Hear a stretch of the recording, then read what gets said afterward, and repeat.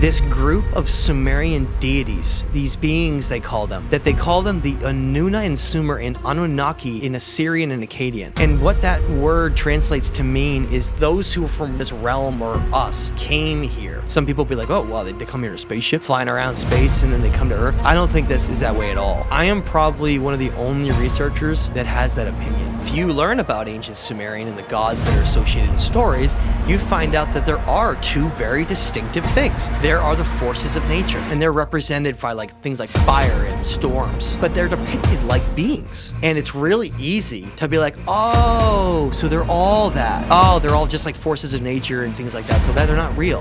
Well,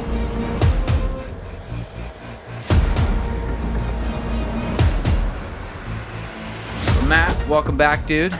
Been looking forward to this one. We obviously had a 6-hour marathon when we talked over the summer and put that out, and that had a lot of different responses to it. right. But you have researched so many things that there's so much on the bone here. Obviously, you couldn't get it done in a couple podcasts. People have been asking for you back ever since. So here we are. Well, it's great to be back, Julian. I love our conversations. We had a blast last time. We did. It was a lot of fun. And the night before, I had Danny Miranda in town, as I had recorded with him as well, like the day before. And he was pretty blown away at dinner when we were all talking, right? and you were just going through the stuff. You're just like, he's just like sitting back, looking yeah, at me. literally. It's like, holy shit, how do you keep up with this guy?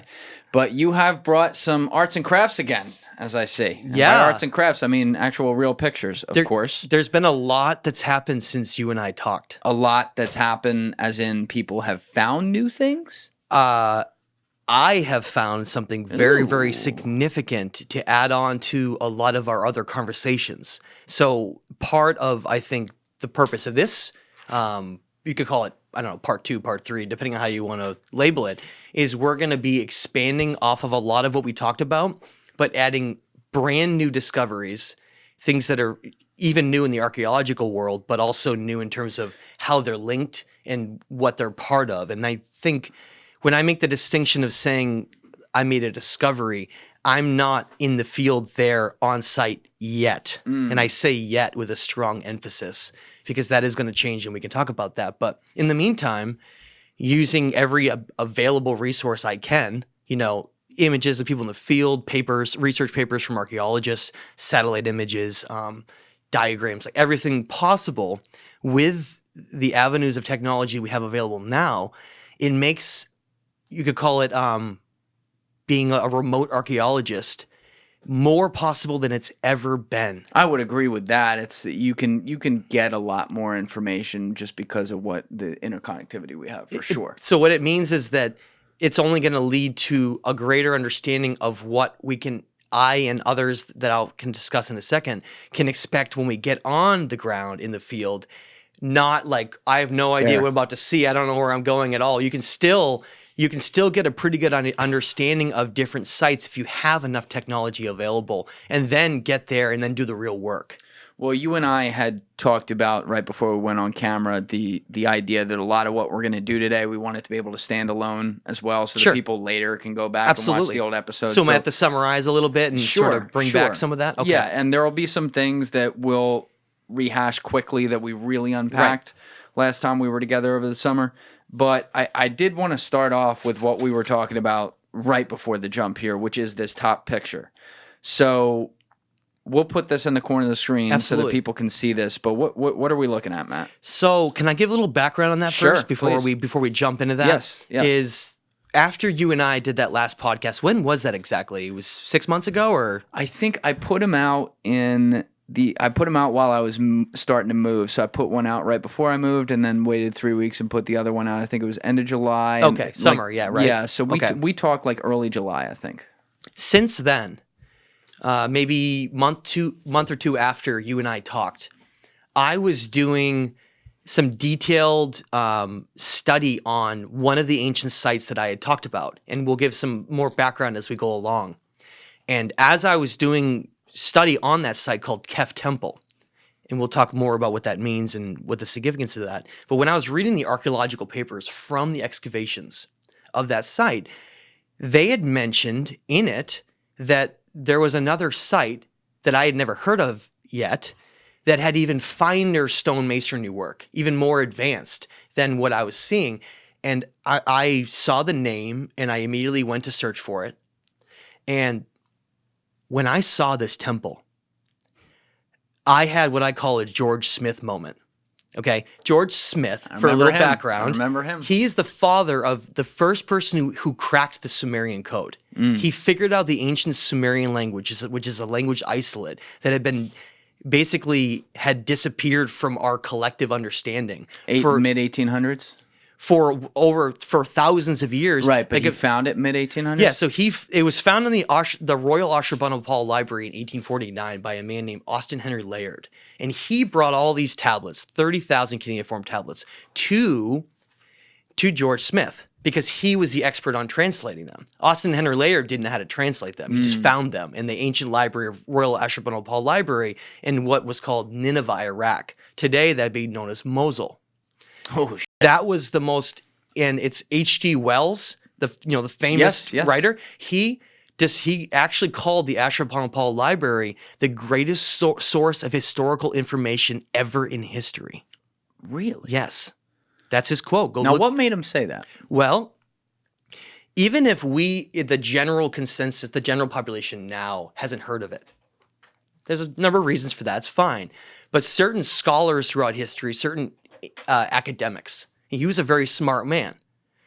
H.G. Wells was a smart dude. Oh, yeah. He was dabbling in some ancient stuff, okay? And he had found, being a writer, he had found the details of this library and found and realized what was contained in the library. And because he knew that, he then made that statement.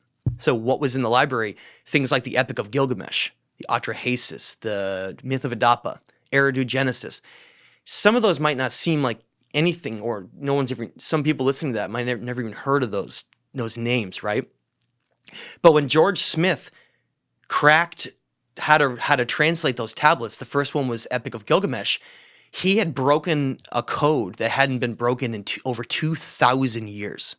So if you go to Iraq, let's say 500 years ago or 100 years ago, right? And you go up to someone that's been living there for generations in their family, they would have no idea how to read Sumerian. This is not like other languages in the world where there's a common ancestral connection where they can kind of figure it out. It was literally alien and unknown. Who was 2,000 years before? Who was the last person, or the last people, I should say, who were around it and could translate it? Well, that's where it gets interesting because we're often told that the Sumerian civilization existed 6,000 years ago and they put this window on that region. But what I've found, and this part of the evidence that directly correlates to these discoveries, is that there have been three definitive, and I want to make that very clear, three definitive civilizations that have been in that region over the course of thousands of years who have built on top of things, kind of eroded and been destroyed, and then another culture came and built on top of them. Okay?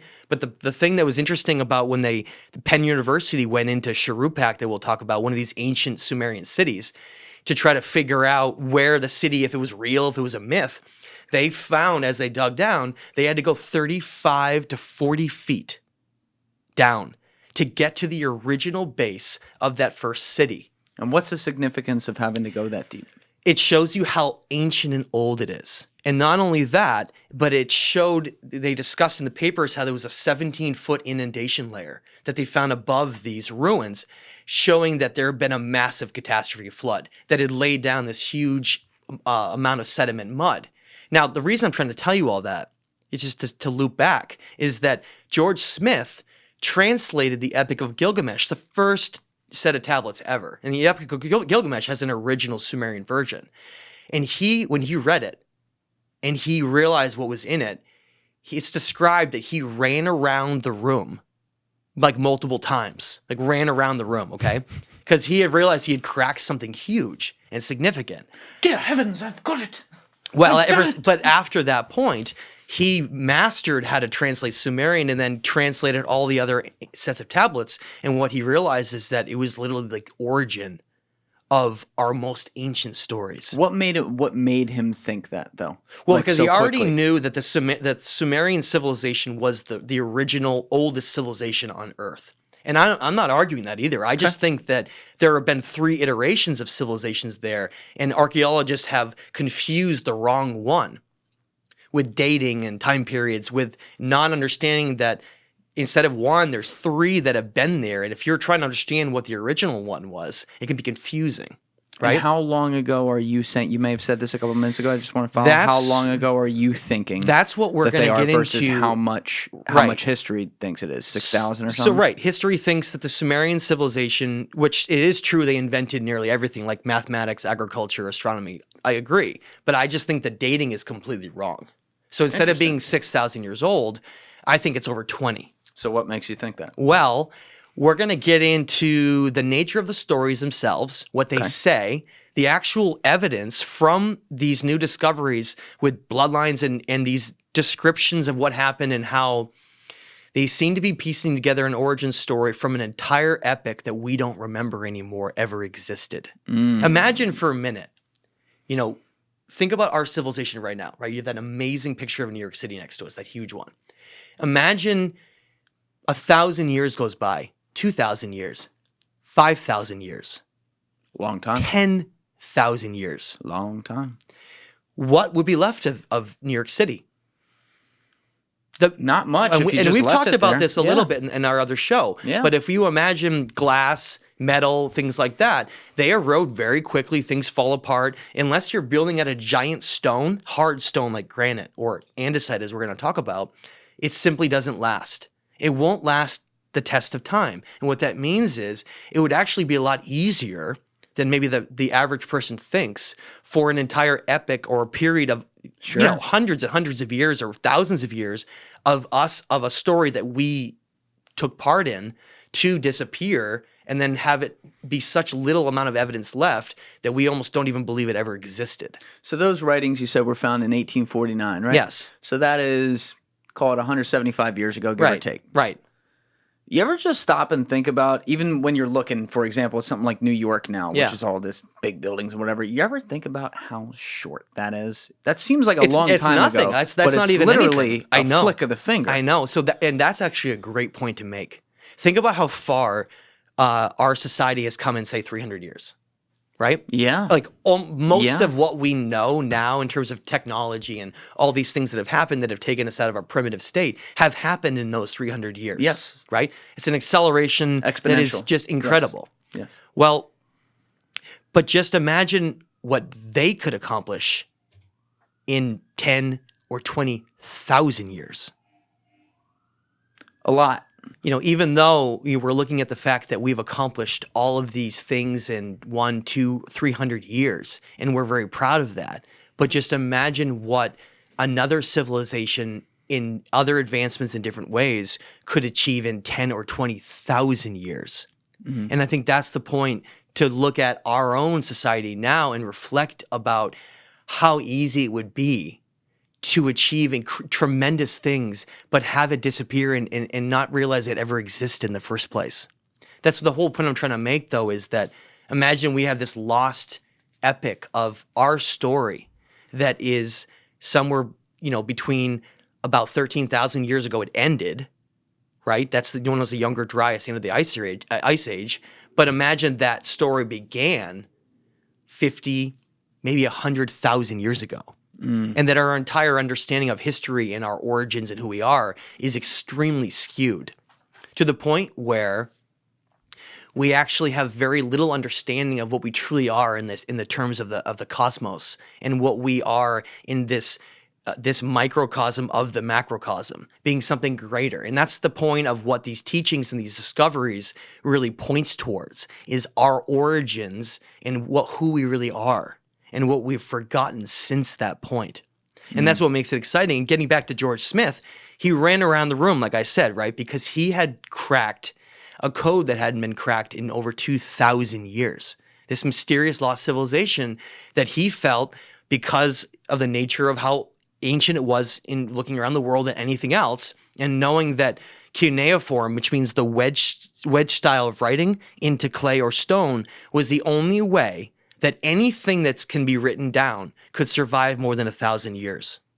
We talked about this briefly before, but 500 to 1,000 years is the max that paper can survive. like that Buddhist, the Cave of 1,000 Buddhas with that ancient set of manuscripts and maps, that survived 800 years because it was basically sealed off in a dry environment. But 800 years isn't that long. If you're having a written record to try to understand our past, the only way to do that would be cuneiform. It really is the only form of preserving a message that exists, that we know of. I mean, if we can somehow infuse information into quartz in the future or something, maybe something where it's like infused within it. But right now, with our capabilities, the only way we would able to preserve a message would be not anything we can do now. It would be more or less looking back at what they did and having to replicate it. So we think about all these things we've done. We probably need to start writing it all down in cuneiform. So if something happens to us, we don't just lose it all and have to start over again, which is exactly what looks like happened. Now, what about dumb question, probably, but let's go with it. What about digital records? I mean, digital records are only going to survive if you have the technological means like a computer or something to be able to read it. Also, anything that's based on digital is going to have components like metal components or plastic components or something to make that object, right? To be able to like read something. So you're going to say like, I have these digital records that's kept on a USB drive. Well, you have to have some way of putting that USB drive into something to look at it, right? Well, how is any of that going to survive? Any component that's metal, it actually is a very short.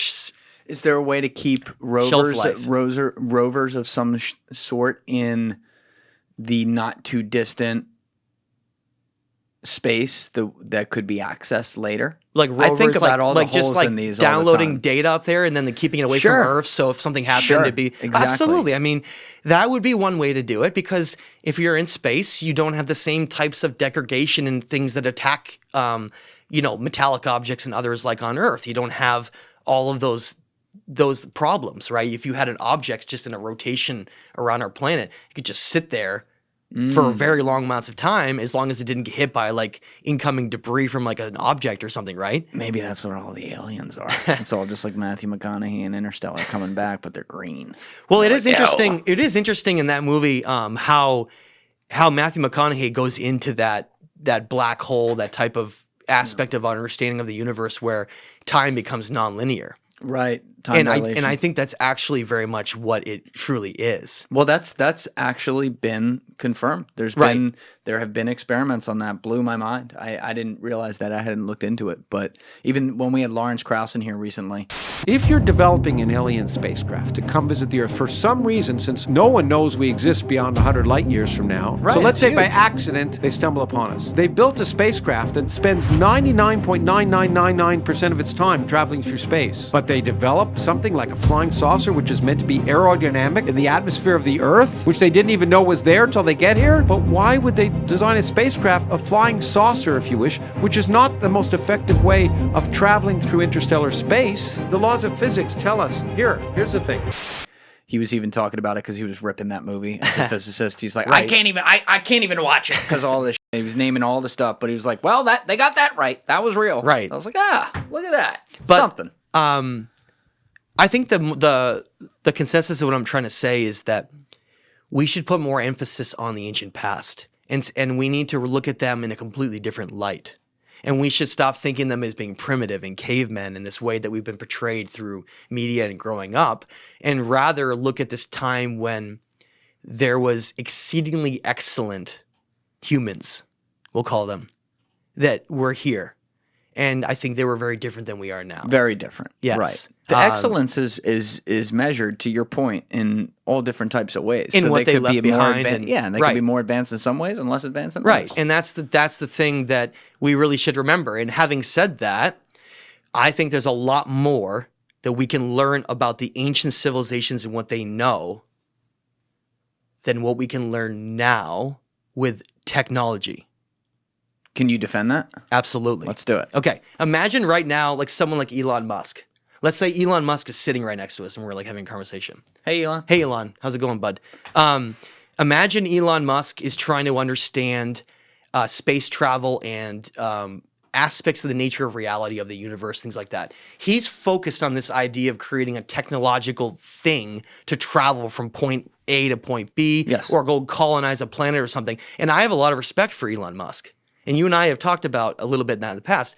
But what I think Elon Musk is missing that's like a fundamental understanding of everything, us, the universe, everything, is the role that consciousness and energy plays, okay, in the universe. Because if everything is based on this vibrational string theory, quantum mechanics, if it's based on energetic vibrations, then it means that the physical world and everything we see is actually manifested as a secondary aspect of reality. Ooh, all right, back up. Secondary aspect of reality? So if you were to think about what the core of reality is, like for instance, we can only see the visible light spectrum, like 5 colors, right? Or 7 colors in the visible light spectrum. And that's the same as we see in a rainbow. It makes up a rainbow. The colors you see in a rainbow is literally the visible light spectrum being manifested so we can see it in front of our eyes. Yes. However, reality itself is a lot more complex than just the 7 colors of the visible light spectrum.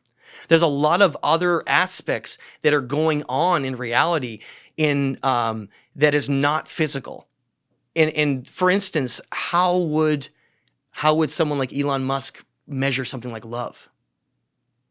There's no scientific way to measure something like that. You can't. And how would you measure the ability for someone to go into meditation? I got to give a huge shout out to my man, Julian, for adding a great part to my daily routine every day. And if you don't know what I'm talking about, first of all, Bedros is a guy who has a huge YouTube channel. He's got an amazing story, came from a communist country, came to America, built a big business, was very successful, lived the American dream, and now inspires many other people to do the same. But one of his latest ventures is called TrueLean. And Bedros turned me on to his product right here called Everyday Wellness. And let me tell you something, this thing is a hack. Essentially, it is a packet just like this. You stick it in a little glass of water, you put it in the water, you mix it up. It tastes like orange soda, and it's got all the necessary ingredients to not only help your immune system, not only help your digestion, but make you feel better and actually give you a boost to your day. I mean, I like taking it about 3 o'clock in the afternoon, so it's like a nice pick-me-up. But that's because this thing has vitamin C, vitamin D, zinc, turmeric, all these amazing ingredients that you're probably trying to get in supplements all in one shot. I love it. You're going to love it too. And if you don't believe me, go check it out because these guys have a 30-day money-back guarantee. All you got to do is go to truelean.com and use the code Julian50 at checkout. That's all caps, Julian 50 at checkout for 50% off your first order within a subscription and 20% thereafter. You are not going to regret checking out this product. I'm really excited about this one because this is something I now use every day, and I'd love to make these guys a part of the show moving forward because you guys are getting a lot out of it as well. So go to truelean.com and use the code Julian50 at checkout for 50% off your first order on your TrueLean subscription right now. Well, can you measure I'm going to make up, this is not the official term, but can you measure emotional impulses? It may not be able to say, like, that is love. Like, you ever seen those images where they showed, like, the x-rays of two people who are about to make out, and it shows the body change? They can show their color aura. They have the ability to show aura of, like, an energetic signature of something, and they can actually see when it changes. Yes. And there is that ability to show that. But the problem is there's no way to measure consciousness in a way scientifically like Elon Musk wants to. You can't take someone, hook them up to a machine, and measure their consciousness because fundamentally we're still taught in school that the brain creates consciousness. That's what we're still taught as a doctrine in school. And if you, Matt LaCroix, were teaching in school, what would you teach people? Well, I would teach people that we are eternal energy beings that live forever, and we are incarnating in different lifetimes that have a certain timestamp based on our mortality that allows us to only experience this reality for a certain amount of time and then bring back that growth that we learn in different lessons into different lifetimes to grow slowly. Are you talking about that on a karmic point or on a multiversal point? Both. Made up those words, but let's go with it. Karma is about the things you've done or not done in a previous lifetime, right? So if you kill someone in a lifetime, you have to make up for that karma in another lifetime, right?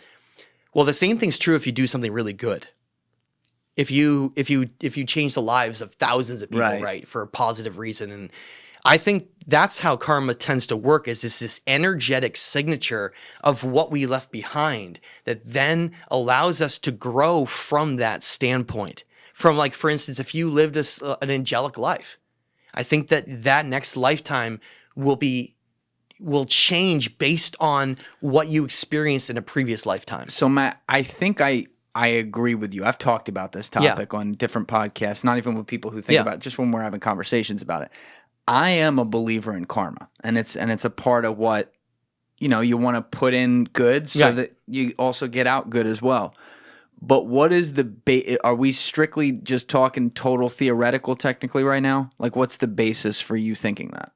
I've never defended it myself either, to be clear. What I'm trying to connect and trying to say is that the ancients seem to know, and this is what we started off and then got off where we did. Yeah. But the ancients seem to understand aspects of our reality that we don't fully acknowledge today.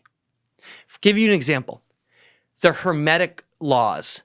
Okay, Hermes thrice great, was this great sage from Greece. Okay, he's a Greek sage, and he left behind a number of different books. One of them is called the Emerald Tablet, and there's a number of other ones. They're called Hermetic teachings. Mm-hmm. And in those Hermetic teachings, they have the same core as a lot of other teachings with a lot of other ancient civilizations around the world. And what I mean by that is, one of the Hermetic, they call them Hermetic constants, because Hermes, it's not like a normal person. He seems to be connected to something higher that was like handing down knowledge, but that's another story. But the point is that they describe that there are cosmic laws that exist.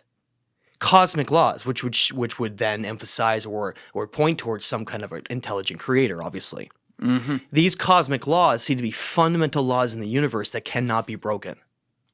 Cannot be broken. And again, you're saying, keep going. Yeah. So one of them is, as above, so below. Yes. Meaning that everything we see above us in the night sky in the universe is actually represented within our own reality here. Yeah. So the strive that we have within us developing and reaching higher states of consciousness is like the universe almost becoming self-aware.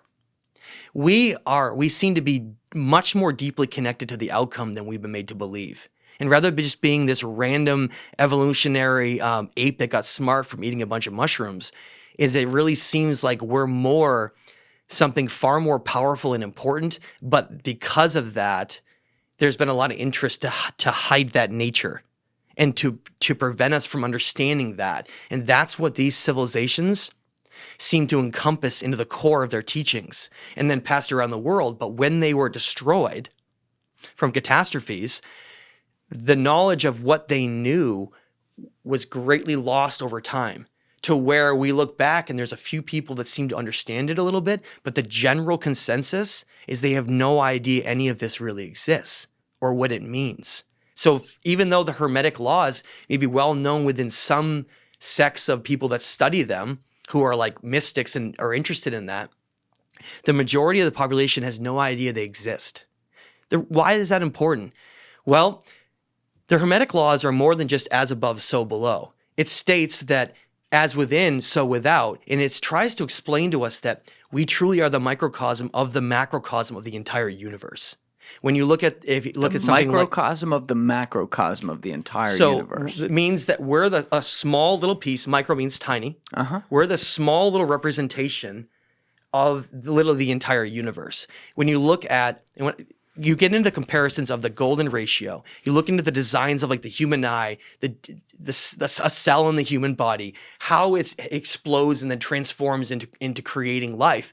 You see the same exact type of explosion design framework in the universe when a star is born or something is created. It follows the same type of design that's within us, like a cell giving birth and then splitting apart. It seems to be the same type of reflection as out there as here. And in the Hermetic laws, which also echo like the Vedic texts and the Hindu texts, and then getting into the ancient Sumerian and Babylonian texts, and then getting into the ancient Greek, which is Hermetic texts, and then a lot of others as well, like for instance, Gnostic texts. We could get into some ancient Hebrew texts, like the Book of Enoch. They discuss a reality that's very different than we understand it today. It's like they viewed reality different, if that makes any sense. Imagine if, for instance, Julian Dorey closed his eyes and I was able to describe to him what our reality is like, but he had no memory of what the reality that he thought was ever existed. Like you were born right now, right? Yes. But you're an adult. And I was able to describe it Tell all me how for the you. world is. Right, Yep. exactly. Yep. You would view reality very different than you did before. But it would also ultimately depend on what I'm teaching you, right? And what I'm telling you. But if I was to try to encompass what the ancient knowledge around the world of these lost civilizations, not the ones that came in the last 6,000 year window, but the ancient ones, if we were to encompass the teachings of the totality of all of them, which is part of what we're going to do, and I taught you that, and I was as accurate as I could be, let's say, right? Okay. And not biased, if I could. You would view different reality so different than people that you would walk out and you'd probably like freak out. Sure. I think there's even a bigger microcosm example as well, like more down granular that makes your point. When you look at the phrase, you're a product of your environment, where you grow up, what it's like, who the closest people to you are, what your parents Usually are your like, yeah. what they do, Yeah. where you're growing up within that place you are. Like if you live in America, do you live in Iowa or do you live in New Jersey? Right. If you live in New Jersey, do you live in Gloucester County or do you live in Hudson County? Everything, all the variables continue Right. and continue as it goes down to go like this Right. and expand. And so your reality, me growing up in Jersey, can be so different than, say, some of the fans of this show, not even to go overseas right now, just in this country who Right. grew up in Texas or Right. who grew up in Chicago Yeah. or something like that, that even the stories within one little generation true. change. Exactly. See what I'm saying? So when Exactly. you're looking at it from the concept of, oh, let's go the whole history of the world and the ancients and how it was done, the variables are literally infinite. It's incredible, isn't it? And I think that the conditioning, and not always necessarily on purpose, but the conditioning throughout the last several hundred years and how many generations fall into that has led us to a very, we'll call it an interesting mindset that we exist in. Okay. Guys, if you're still watching this video and you haven't yet hit that subscribe button, please take 2 seconds and go hit it right now. Thank you.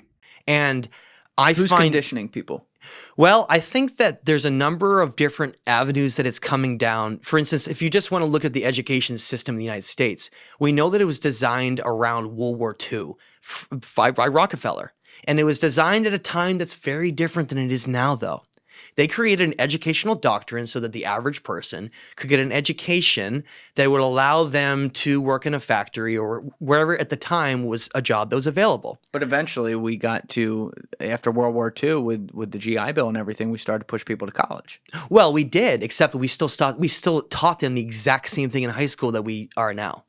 The education doctrine has not changed at all since Rockefeller. Right, but doesn't it make a change when you then add in higher education as a more common trait of across society of kids who are getting their education? So meaning, let's say everything stayed the same, and it does change, obviously, but you're saying like some of the base ideas of how classrooms are formed and what subjects are taught, things like that. I understand.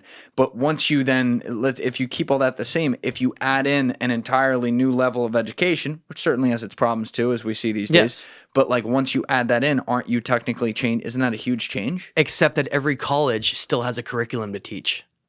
Yeah. Give me an example. If you go into any university and you're like, I want to go to a history class, right? You're not in high school anymore. You're in college now. I did the same thing. You go into a history class and then let's say you could be in 2 places at the same time and you're in another history class, like in another state. They would be teaching the exact same thing. Exactly the same thing. It doesn't matter if you go get that higher education. You're just becoming, I don't want to say a bad term here. I guess you're just becoming a smarter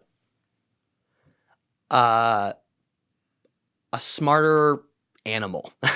Right. I don't know. I don't want to know. use a bad term there, but I see what you're saying. I wouldn't say it's the exact same thing. no, it's not the same thing. Because I mean, if But you I have see someone what go your through a high point school, remains. if Your you have point someone in remains. high school and they don't get a college degree, of course they're still going to miss out on a wealth of educational aspects. It's like, because like you have to remember, even the teachers, human beings have their own take on things, their own opinions. I mean, I remember a history teacher I had in high school, Mr. D. Ferdinando.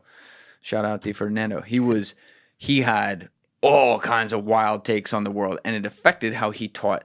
I like that. Well, I wish there was more of him out there. Yes, but I know that, and again, there's some that aren't like that. They're just teaching whatever's in the textbook, but that does exist, and I think it exists a lot more in college than it does in high school. Well, let's just say I agree with you because there's more leniency in college if you're a professor versus a high school teacher. However, though, let's say you're in college and you are a professor of history, and you decide you're like F all that. I'm just going to go teach whatever I believe based on the evidence. And you start talking about lost civilizations and you start talking about this. How long do you think that professor is going to have his job for? Depends where they are. I would caution or I would challenge anyone to tell me if a professor that actually tried to do that could survive, because I don't believe they could. Today, it's a little harder. I think 8 years ago would have been no problem. Today, it's a little harder. The point is, though, is that the point of this whole thing is that our viewpoints are based on all the conditioning and our parents and the influences we've had, the media, all these things, right? And you asked who's doing it. I think that mindset of being a worker, just someone that has enough to not be stupid, but to be someone who can be a valuable member of society. I think that's the goal. It's just a good worker, someone who's going to get things done and go home to their family and take care of their family, and that's fine. It's a noble thing to do. But what about this whole aspect of what if we knew the truth about our past? What if we knew things that would radically change our entire understanding of who we are now, how far back we've gone, who we really are, like our origins, where we come from, how all this ancient knowledge of reaching states that we've forgotten was seamlessly passed to them, and they seem to have built temples and pyramids and things around the world that we don't even fully know how to do today, but it seems to be for the purpose, largely, of reaching these higher states of consciousness. So question, do you think that if you had the unlimited ability to have that knowledge and recognize consciousness as it truly is and be enlightened, if you will, do you think we could live in a world where everyone was equal and happy? I think like socialism tries to make it. I think that the people that are in charge of those decisions know that humanity is not ready yet. And whether or not that's based on the fact that we've been groomed to not be ready, I still think that it's an interesting thing when you look at the progression of our consciousness and the progression of what's fed to us and what you see. It's very telling. It's like they're injecting little things to be like, hey, what do you think about this? How does that sit with you, right? Because I mean, when the truth comes out about a lot of things, like you said, like even a fraction of what we, like people like me talk about, I think that by laying those little seeds down, people will not freak out and it'll be a lot more comfortable with the idea. I mean, look at all the UFO stuff, and not that I'm even a big supporter of that angle, but at least it gets people like thinking and talking about something that's beyond just their little periphery of life. I mean, I wish people would look up and like remember that we're on a planet that's spinning 1,000 miles an hour that's in a vast universe. I feel like too many people forget that. It's nice to at least get that. And you know what's interesting though? When I start thinking about this stuff too much, my brain plays so many tricks with me because I'm like, okay, well, if some people don't want people seeing things, then why do they push so much of it to us now? And it's almost like this never-ending cycle where you can't have it both ways, but you want it both ways. Does that make sense? You know what I'm saying? That's a little complex how I put it. But, I do agree. The main point that, okay, we have narrative A. Yes. Narrative A is what we teach. Yeah, exactly. We'll teach it over and over. That's bullshit. I agree. Yeah. And so at some point, that's going to collapse and change. And it's going to be, I think what it's going to come as is a reforming education. I think it'll change in the future a lot. And it'll come, but it's going to have to come though with like a pretty big movement. And right now that doesn't exist. Well, can I bring you back to this? Because Yes, we'll get down absolutely. that rabbit hole forever. That's a good conversation. Absolutely. But So- I want to come back to this picture we were looking at. Yes. So getting all the way back, because we definitely got down on a tangent there. But since you and I talked, and I found this ancient temple, as I was saying, through images and other archaeologists that have been talking about the stone masonry being some of the finest they've seen in all these aspects. When I saw just one photo, and I had known already the significance of the symbols and the icons that I saw, I had exactly like that moment of George Smith, and not that I'm going to compare to his discovery, but I literally ran around the room 3 times. Okay, I absolutely did, because I know, at least in my heart, in my expertise, and what I've looked at, the significance of this site. Now, the site is called Ionis, and it's called Haldi Temple, and it's part of this mysterious lost civilization I talked about last time called the Ararat civilization. That is not what archaeologists are calling it. Archaeologists believe that this entire set of ancient sites around Lake Van in eastern Turkey is built by a civilization that came 8 to 10 plus thousand years later. They believe that it's built by the Urartian civilization. Urartian. Urartian. The Urartian civilization was interesting because the name itself comes from the word Ur, which is an ancient Sumerian city called the city of Ur. Alessi, do you think you could find some? I don't really even know how to search this, but maybe you'll be able to picture what I'm picturing in my head. Could you search like oldest human tribe civilizations? Yeah, just search that. I'd love to see like what they say, because you hear some of these like Sumerians, They're always Babylonians, primitive. Yeah, right? well, yeah, they just show something primitive, and it's like the mindset is interesting. Point being, what you're how do you say that again? Ionis. Ionis, but the other one that starts with a U? Oh, Urartian. Urartian. So are they like before all this? They came after, and they found the ruins and remnants of this civilization, and they knew their ancestral connections to it, and so they built right on top. Just like we see in a lot of other places around the world. But when I found Ionis, it changed my entire life. Just to say that really frankly, it changed my entire life to the point where I realized that what was there was so significant that I was going to focus my entire career and my entire life going forward on uncovering the secrets of this civilization. Yes. Even more than Eridu? It's like if I have a good poker hand like we were talking about, but I don't know how to hold it back and I just talk about it. It's a really good poker hand. Might be the best poker hand, but I want to hold back to say that until we go over and talk about it. Who did you say originally found this spot? So the history behind that, let me give a little bit of background for that. Lake Van is in eastern Turkey. It's near the Armenian border. It used to be Armenia before the Turkish genocides over 100 years ago or so. Yep. That's a really forgotten. And that's a horrible thing, because what happened is Turkey came in and they wanted to claim that land for themselves, and it was an ancient Armenian place, so they basically created a mass genocide and killed a lot of Armenian people, and it was very sad. But they took over that region and made it Turkey, but it used to be ancient Armenia. And ancient Armenia is one of the oldest places on Earth, okay? Now, that site called Ionis. And we'll be putting this intermittently in the corner of the screen for people following along. As it comes up, we'll put it back up. I realized that those discoveries were so significant that I started my own company called Ionis Legacy after that site. In like August? Or? Just about 2 weeks ago. Oh, this is like brand new. Brand new as my entire focus going forward, okay? Now, before we talk about that, though, I want to give you what you just were asking me about a background on the site. In 1989, there was a professor named Professor Isliki. He's part of the Turkish archaeological, professional archaeologist there. He came along, and I have to give that man a lot of credit. If he ever listens to that, he is a great man.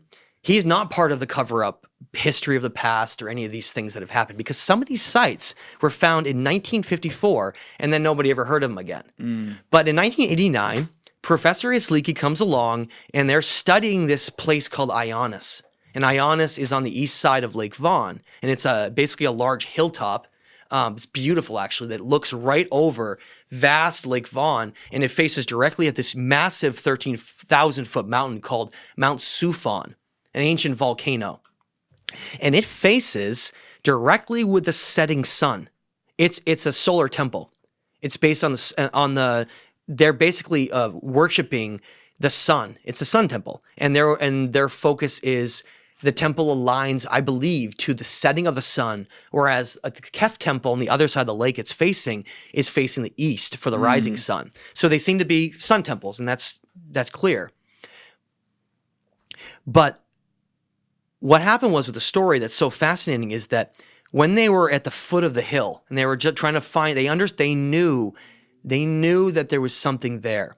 They had history of something being there. And so they had a lot of strong evidence that something was at that location, but it was buried under massive amounts of debris and sediment, similar to Shuruppak and Sumer that we talked about a minute ago from the ancient Sumerian lineage, which is directly related to this. They found a mountaintop that had all this sediment piled on top of it, but they started to find remnants of mysterious walls and things at the lower part.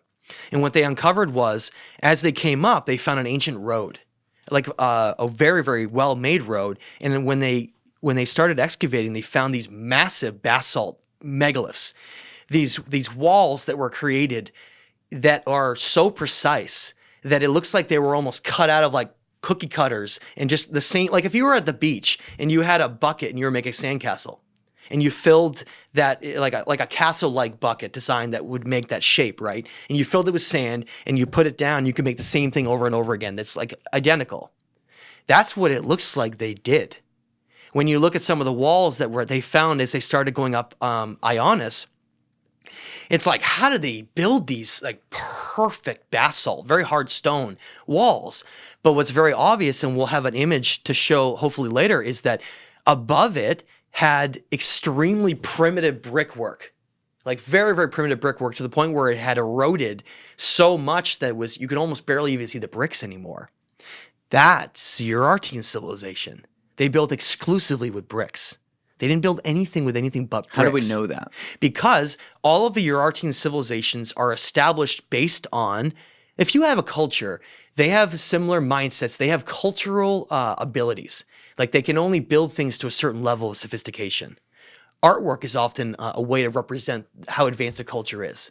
How beautiful the artwork is, the pottery, the things they build is a reflection on how sophisticated that civilization reaches. The Urartian civilization was a warlike civilization that was more of a conquering culture. And a lot of the artifacts and the things they had were not only pretty primitive compared to what we're talking about, but they literally don't even match in any way.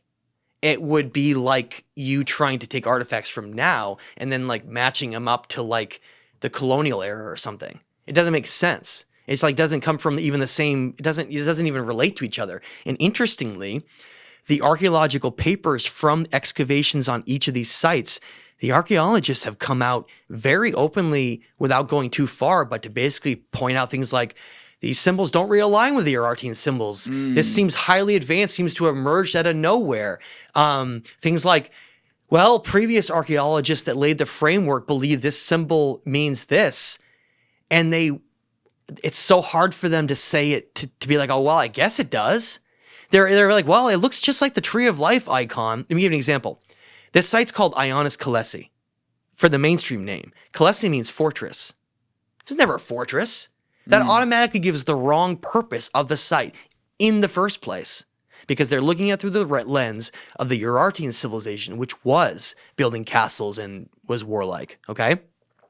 Did they conquer a lot of They people? conquered the region. They had some wars. But the point is, in one of these depictions, it's showing this god Haldi that was part of this creating the civilization and passing all this knowledge.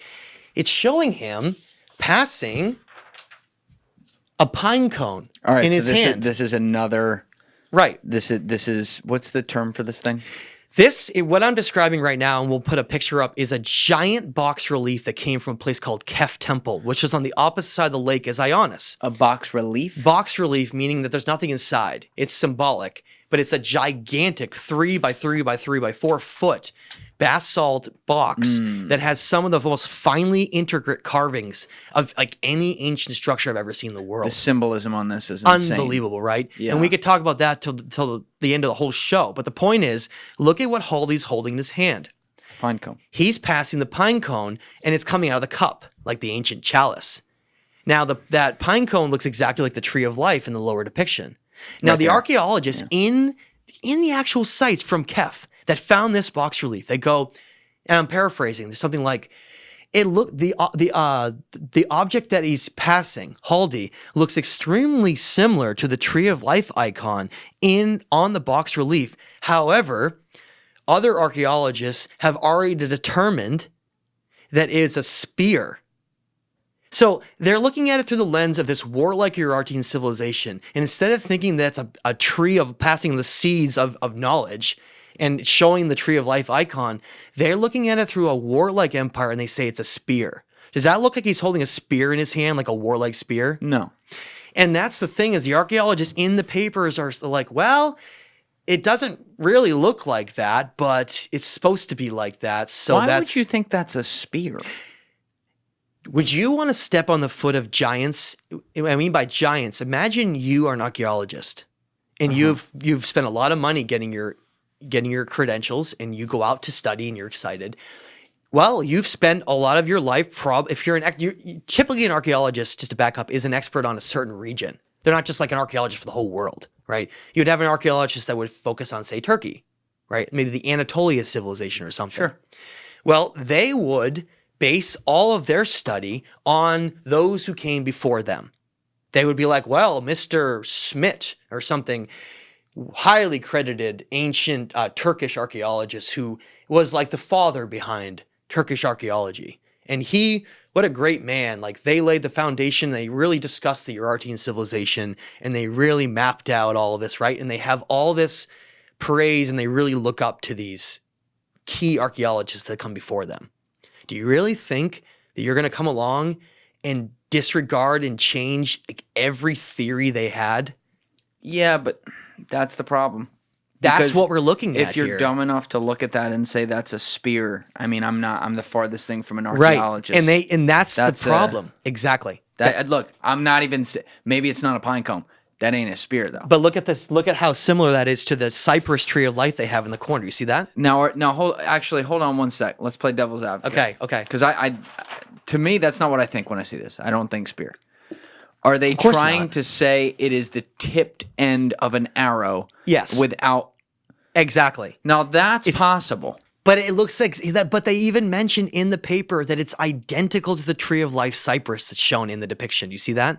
Now, and so are you saying the archaeologists concede that this is the tree of life cypress? Yes. So the tree of life. That's hard. The depiction of the tree of life changes depending on where you are in the region. They actually pick a tree of life based on some kind of tree that's symbolic for them. Cypress grew in the region, so they use that for their tree of life. Whereas, like for ancient Mesopotamia, they didn't use a cedar. They had like a willow, I think, was their tree of life. So that would be a hell of a coincidence, because even the design with like the lining down the middle, It's identical. It's exactly the same thing. Damn near identical. But if you, for a minute, realize that clearly that's not a spearhead, okay? Clearly it's not a spearhead. It shows you that the entire framework for how they're viewing these discoveries is completely wrong, in my opinion. Why did they have wings? Wings signifies someone not being human. Wings signifies something like a divine being. Okay. Wings are always shown like on an angel, like even in Christianity, as like an archangel. It's like some kind of divine, like almost like demi-like human. And why are they standing in the same stance? It's not two people, it's one. So most of what we see in these ancient depictions is symbolic. It's not really literal. It's a mirror. Yeah, exactly. And what it's representing is the totality of each side, the totality of all. So if you have, for instance, even the Holy Roman Empire did this. When they converted to the Holy Roman Empire as a war empire, they chose the Byzantine double eagle, an eagle facing the left and an eagle facing the right, showing the totality of knowing all. Basically being aware of all and commanding and controlling over all. But this isn't about war. This is completely nothing related to war in any of these symbols, which is why it's so sad that not only is that location where that box was found called Kef Kalesi, but Ionis is called Ionis Kalesi. Remember, that means fortress. It's ridiculous. Like, you're already labeling it with the wrong purpose, with the name itself, which is similar to why, like, for instance, Khufu's pyramid. That's not Khufu. He never had nothing to do with building that pyramid. They never found any evidence that he was buried there. Not only that, but the name, the cartouche name that was found supposedly in the 1800s, was a lot of people have looked into, and they believe it's complete fabrication. Why do they believe it's a fabrication? Because the individual, and I don't remember the name of the individual off my head, but there was interest in history at that time being a certain lumped in like a version, and it was already being established, and there was real problems if it's not Khufu's pyramid. Because then why were the pyramids built if they had nothing to do with the dynastic pharaohs? Nothing to do with them. Put a pin in the pyramids. We're going to come back to that. But it's the same. It's the same thing with this. These weren't like this is why ancient history. This is what history. I shouldn't say ancient history. This is what mainstream history tends to do. They'll label something either a tomb or often a fortress, and like giving you an example, Saskatchewan, and we're going to talk more about South America, but Saskatchewan is a perfect example of that. Saskatchewan is some of the largest megaliths, some of the most precise design of any ancient temple in the world site, and yet they say it was built for a fortification. Where'd you say that was? Saskatchewan is in Peru. Okay. Oh, were you showing me that picture? No, that was Ollantaytambo. It's okay. similar. All right. But the point is, when mainstream history labels these things as being the wrong function, the wrong person who built it, all of these things, it takes away completely from why it was built, who built it, and the purpose of why it was. And that's very much the problem here. And so when I say I've discovered this civilization, yeah, we're going to have boots on the ground soon. And I'll talk about that. But I've done as much as I can from the computer. You know, now it's time to get on the ground and actually make real claims based on being there. And we are going to do that. But the point is You're putting a team together? Yeah. So I guess I'll mention that. So this discovery is with Cavis Tepe, and then especially Ionis. And we haven't even talked about Ionis yet, because I truly believe that site may change all of history in the future. We look at pilgrimage sites today like Mecca, right, or Jerusalem, and they're considered very, very sacred places to a lot of religions, right? I think in the future, Ionis will be one of the most sacred sites in the world that will be visited by millions of people because of the implications for the symbols and the teachings and what is contained at that site. Imagine if it is true, and I believe this, that Ionis Temple, and I mean, there are places in Sumer like Eridu and others that are all disintegrated and there's not much left of them. But in terms of an intact place that still exists that you can see, I believe that Ionis is the oldest, maybe the oldest temple on Earth. Okay, and that is why... And that's this. Yes. And that is why, combined with this and Ionis and Cavis, I created my own company called Ionis Legacy in order to have the means to start a journey with a number of other international experts and people around the world to go to Lake Vaughan, go to these locations, and make a film right now that is approaching $500,000. Oh, wow. To go with experts in their fields in every angle to be able to come at this from an archaeological adventure standpoint, to take all these theories and then go and make a movie and truly show the world what I've found here. Can we walk through this? Yeah, absolutely. Absolutely. Let's do it. So that film is going to be part of experts like such as, I just want to mention Paul Wallis, for instance, is a biblical archdeacon in his past, not any longer. He's now an ancient history researcher, but having someone with a biblical background is important here because we're going to be talking a lot about religious symbols here. And of course, if you're going to make statements that are bold, you need to have someone with a religious background to be able to back those up, right? And that's the goal with this project, is we want to have someone with expertise in every area. For instance, Brian Forrester is involved, who's a megalithic expert, along with me, so we can help use that academic understanding to prove, well, you say, like, well, Ionis is built out of what's called andesite. Okay, well, andesite on the Mohs hardness scale, 10 being the hardest diamond, is a 7. meaning it's one of the hardest stones on the planet. So how did any culture possibly create such intricately created symbols in stone like that? It doesn't make any sense. Hey guys, it's come to my attention that many of you are unaware that we have multiple other channels on YouTube and have for a while in at least 2 cases. So the first channel is at Julian Dorey Clips, which we've been posting on for over a year. It has mid-form clips and short-form clips going out every single day, and it is huge to help us in the algorithm when those clips do well. So please go over there and subscribe. The link is in the description.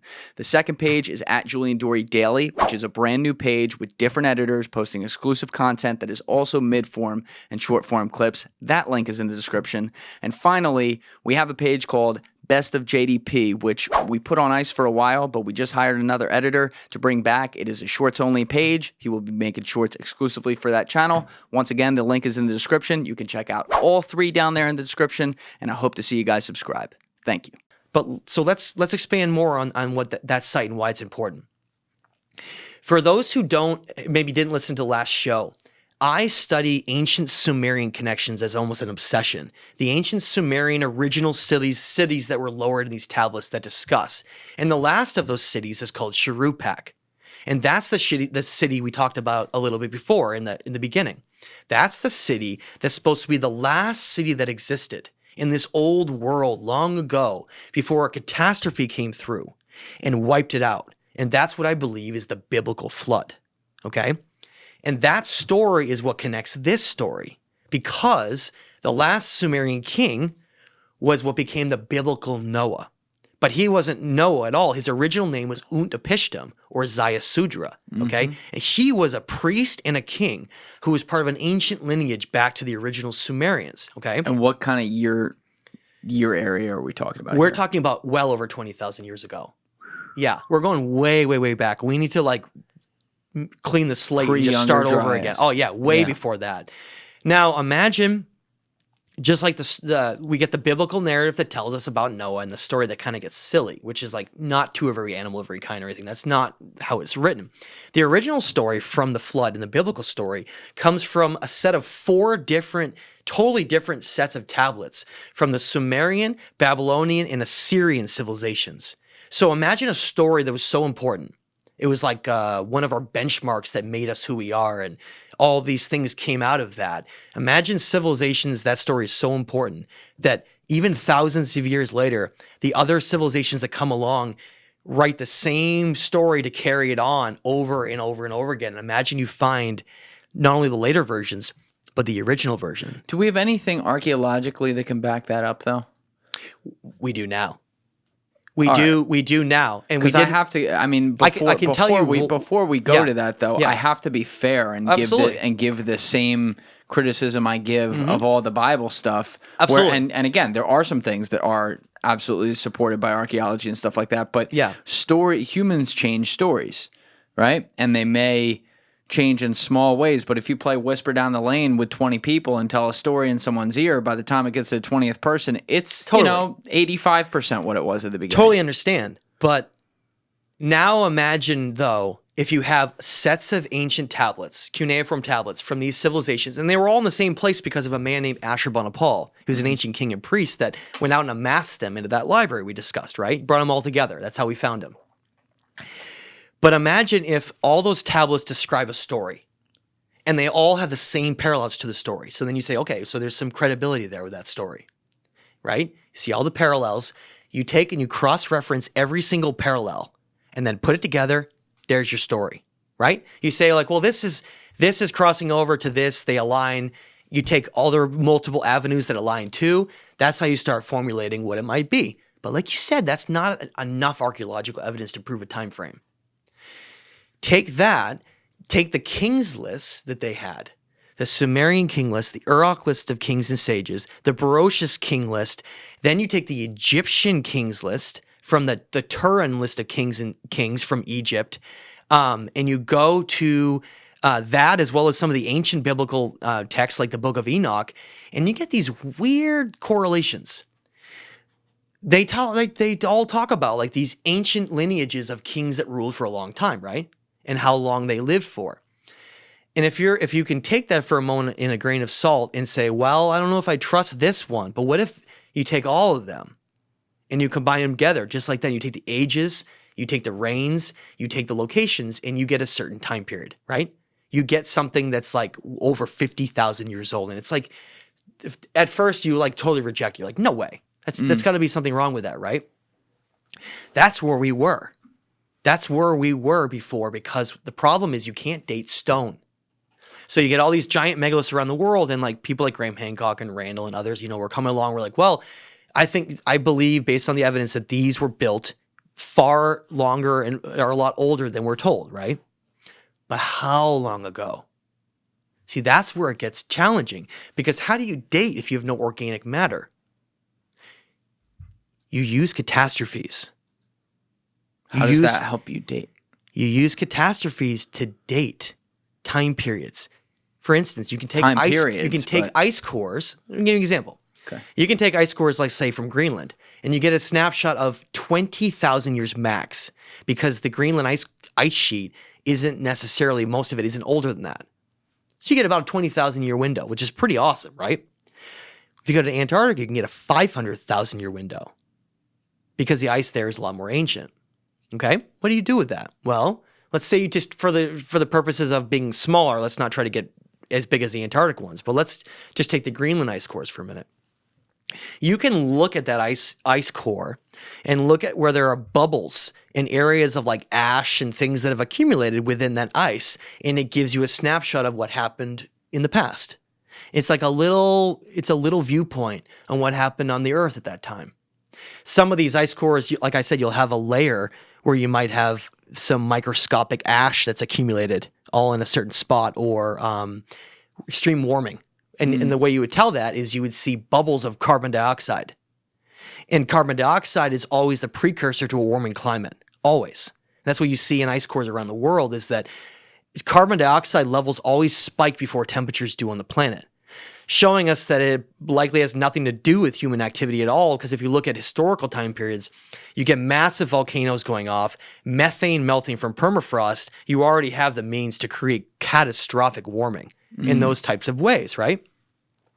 Well, when we look at those ice cores, we find that there is a cyclical nature to the climate of Earth. Cyclical. It goes through these very, very defined periods where it goes warm, and then it goes really cold for a while, and then you get this interglacial period, which means in between the glacials periods, and you get catastrophes nearly every time. Randall talks about this all the time, Randall Carlson. You look at for instance, you look at the megafauna graveyards across the northern hemisphere in Alaska and Siberia, and you can see millions of mammoths froze to death and died like instantly out of nowhere, right? So you take those things, and then you say something like, well, what are the tablets talking about? They're talking about some kind of a massive event. Massive event. Not regionalized, though, because also, wait, this culture in South America or Mexico is talking about it too. Or how about like there's more than 1,000 stories in ancient cultures around the world, even indigenous cultures that aren't like advanced, of ancient floods, but not in a nature of like it rains a lot and something comes through their area, of ancestral stories, not from their memory. Ancestral stories from long ago of events that almost wiped us out so we weren't here anymore. That's the kind of things we're talking about, okay? So for a minute, take out the little stuff, not the little events like the medieval warming, right? If you look at ice cores, you'll see that during medieval periods, there was actually a series of years that were warmer than we are now. During medieval times, it's called the medieval warming. When was that approximately? That was 400 years ago or something? I don't know right off my head. I'd have to look at that. Yeah, can you look that up, Alessi? Medieval warming? Now, what people don't know is that there is a period called the Younger Dryas, but there's also an Older Dryas and then an Oldest Dryas. Oh, they call them all the same thing. Right. And what it means is that when the Earth went through its interglacial cycle on the last time. By the way, 950 to 1250. Okay, yeah, a little older than I thought. Okay, a little older than I thought. Now, imagine, what was I just saying? I lost my train of thought there. When the Earth was at something at the same time. I was looking at the screen. Imagine you take these time periods of interglacial and you recognize that interglacial periods come with disasters, right? You're a climate scientist. You look at how when the period of when the glaciers start receding, and then you get this period where we get into a warmer time, which right now it's called the Holocene, okay? That period of time, which is about 1,500 years on average, when we look at ice cores, you get catastrophes across the earth. Not for a consistent 1,500, but like maybe every couple hundred years, or especially like a big one on the front end and then a very big one on the back end, right? Events. Now imagine that there have been more than one of those though. And we know that because when Solon traveled down to talk to the temple priests of Sais that we talked about in Egypt, we told them about the story of Atlantis, remember?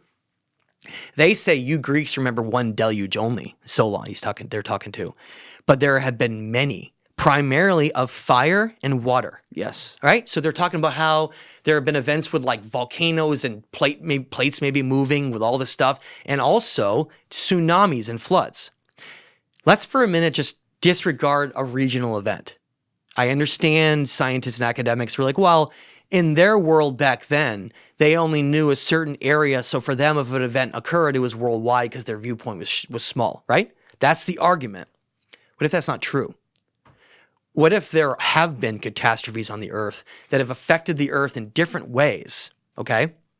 Not like annihilating life all over the planet or anything, but affecting the earth in different ways. And some of the areas that got affected extremely significantly were the areas that these lost civilizations were living. And are those areas that were significantly affected very often underwater now?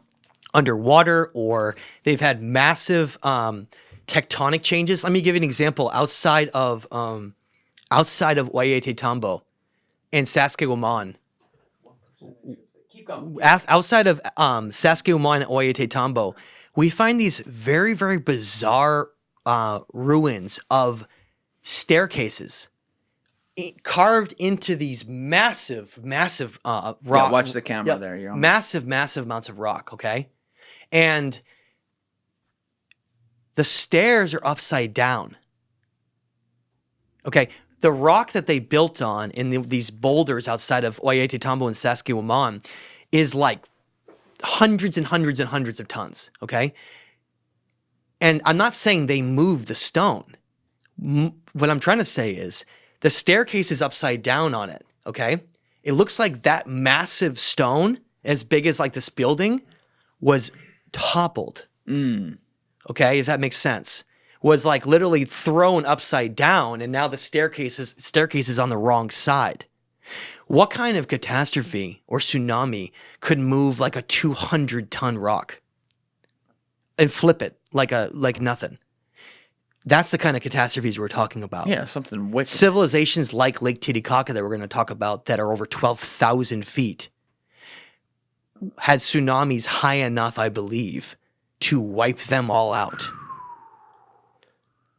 Okay, so imagine... Now, was that tsunami caused... Could and I don't know how far back you're going with these, could it be caused by something like asteroid impact? That or massive tectonic shifts from like magnetic disruptions too. Okay? All right, real quick. I got to go to the bathroom. Okay. We'll be right back. All right, we're back. Go ahead, Matt. So when we talk about these massive tectonic shifts or impacts like we had referred to before, there's a number of different catalysts that can create these earth catastrophes. Now, the reason why it seems so foreign to us is that we've never experienced one in modern history. Okay? The events that we've seen over the last 500 to 1,000 years are very insignificant compared, even like, I mean, look, we've had tsunamis in, what was that, 2001, or I can't remember the exact date, or 6, where... In one spot, yeah. Right, in Indonesia and parts of that, where thousands of people died, and that was a horrible tragedy. But that was an isolated situation. Imagine if you have tsunamis going across like entire parts of the world. Different regions, not everything was impacted the same way. Obviously, life wouldn't be here. But some areas were absolutely devastated. And these discoveries in Eastern Turkey are showing just that. Places like Kef Temple, where that box relief we were discussing were found, and Ionis were buried and literally strewn and almost destroyed by something. So significantly were they almost destroyed that they were even buried to the point where sometimes the Urartian civilization didn't even find them. So deep. Right, and very deep. And some of them they did, and other ones they didn't, and they built on top of them. But the point is, what I'm trying to say is, when you map out these catastrophes according to ice cores, and you can find geologic evidence on Earth like the black mat layer that Randall Carlson talks about from Younger Dryas, some kind of a massive forest fire impact layer. You can see literally like a black layer in the same spot in a lot of parts of the world from that specific event. So that's how you can sort of correlate and figure out histories. You can actually take those pieces, right? In this case, we have a set of tablets that talks about a great flood. I mean, to the point where it's Similar to destroying the old world, though, Yeah. like destroying it. And according to the tablets, the land near Mount Ararat and the suns, if the tablets state that the suns mysteriously disappeared into the world, that we don't know what happened to them. It only talks about the Noah figure as being, and I can give you a quote here. Let me just read this really quick. I think people are going to love this, but And Noah is who you were referring to as Sai Noah, Sutra and yeah. other stories. Here's a quote from a tablet, an ancient Sumerian tablet called the Myth of Adapa. Okay, Is this available online? these are all available online. The problem is that you have to find the right translation. So we can read some Myth of Adapa, and then also the other tablet is called Eridu Genesis. Okay, Yeah, that's a good question. How do we know that? And I think about this, forget Sumerian and stuff. I think about this with regular languages Right. when we're on social media scrolling these days. How do we know the translations are right? So that's one of the things that I've studied very extensively, and I do have a lot of opinions about certain translators and people that have done that. And I don't want to throw out some names because I don't want to alienate anybody, but I will just say that the best translators in my mind in the world, cross-referencing and with their credentials, and then basically, like, for instance, if George Smith translated something and then someone else comes along 50 years later, do they agree? Like, do they have the same type of agreement after all that time's gone by? Is there disagreements in how something is, you know what I mean? And those experts, in my opinion, there are three of them, top ones. And that would be George Smith from the 1800s, and then Samuel E. Kramer, and then Stephanie Dalley. Why are they right? Well, they are, in my opinion, the best academics that have studied how to translate these texts in the most comprehensive way. They are what's called Assyriologists, and the name is misleading because they deal with Sumerian as well. It's not just Assyrian, but there are other translators that have no experience that have tried to do it, and I find their translations very inaccurate. It's very hard for me to think about it, and I can't discredit or credit anyone in a way, because do we know how many people... Well, first of all, George Smith figured out how to translate it. What was that again? No one had translated it in 2,000 years, and then he cross-referenced the Epic of Gilgamesh. No, well, he cross-referenced. What he did was he was able to take similar meanings in the later iterations of what came out of that region. Like, give me an example. Assyrian has its own language. They write in cuneiform, but it's not Sumerian. It's an Assyrian language. Babylonian has that too, right? They're cuneiform, but they're a different language. But they share some similarities in the regional understandings of what some things are. So if you take, for instance, an Assyrian version of a Sumerian tablet, and you see the crossover, you can start to figure it out. Because if you know, like, okay, well, this is the, like, for instance, give me an example. There's an original Sumerian Enuma Elish version, but there's also a Babylonian Enuma Elish. They're a set of tablets. The Babylonian Enuma Elish has these interesting changes made to it based on who was ruling at that time, making him seem more superior in some ways. And you can see these slight little iterations and changes in some versions, but the core of the stories always remained in all of the versions. And he's got smart enough to realize that he kind of backtracked. That's how he was able to try to associate things that were related but not necessarily the same thing. And it was a very slow and painful process, and it took him 25 years to crack the Sumerian code. 25 years. That's why I told you when he was running around the room after he figured out the Epic of Gilgamesh, he had cracked a code, then he was confident that he had figured it out. He was a very smart guy. Now, I want to just read a tiny little passage here, very short, just because it relates to what we're talking about. But at the end of what's called Eridu Genesis, and Eridu was the first city supposedly ever created, and then it was wiped out, and then this The one in civilization Iraq emerged. Yeah, that we talked about. and what it says at the end of the tablets is very interesting because it describes the Noah figure as a lot more significant than we've been told. In this, according to the Sumerians, he was like a patron of humanity, because it says that right here. What do you mean a patron of humanity? Let me explain it. It says Zayasudra, the Noah Yes, figure. Noah. It says Zayasudra prostrated himself before On and Enlil, so these like Anuna gods, right? And they granted him life like a god. They brought down to him eternal life. At that time, because of preserving the animals and seed of mankind, they settled him overseas in the land of Delmoon, where the sun rises, which is like Saudi Arabia, which is interesting that we have those cross comparisons in Saudi Arabia back to this, right? The point I'm trying to make is it says he preserved the seed of mankind. He alone preserved an ancient bloodline, it states, that it wasn't like there was no other humans on the planet, but there was a specific bloodline, which is what maybe relates to why there's a lot of that controversy and interest in secret societies and certain groups throughout history, is that there was a certain bloodline that came out of Sumer that supposedly had these gifts of the gods. And that Noah, the figure of Noah that I just read Zayasudra, was the last of this line. This like divine line of these Sumerian kings that had this connection to like demigods almost. It's what they basically were, okay? And it's described that in this tablet that I just read to you, it says, and I want to, this is like absolutely, it's mind-blowing to think about. It says that basically the gods of heaven, of earth, took an oath to not warn any of the humans and to create a catastrophe to wipe out the seed of humanity. They literally wanted to wipe us out. And it says right here, and I quote right here, it says that a decision that the seed of mankind is to be destroyed had been made. The verdict, the word of the divine assembly, cannot be revoked. The order announced by On and Enlil cannot be overturned. Their kingship, their term has been cut off. Their heart should be rested now. Now, And how old was that? that is one of the oldest tablets in humanity.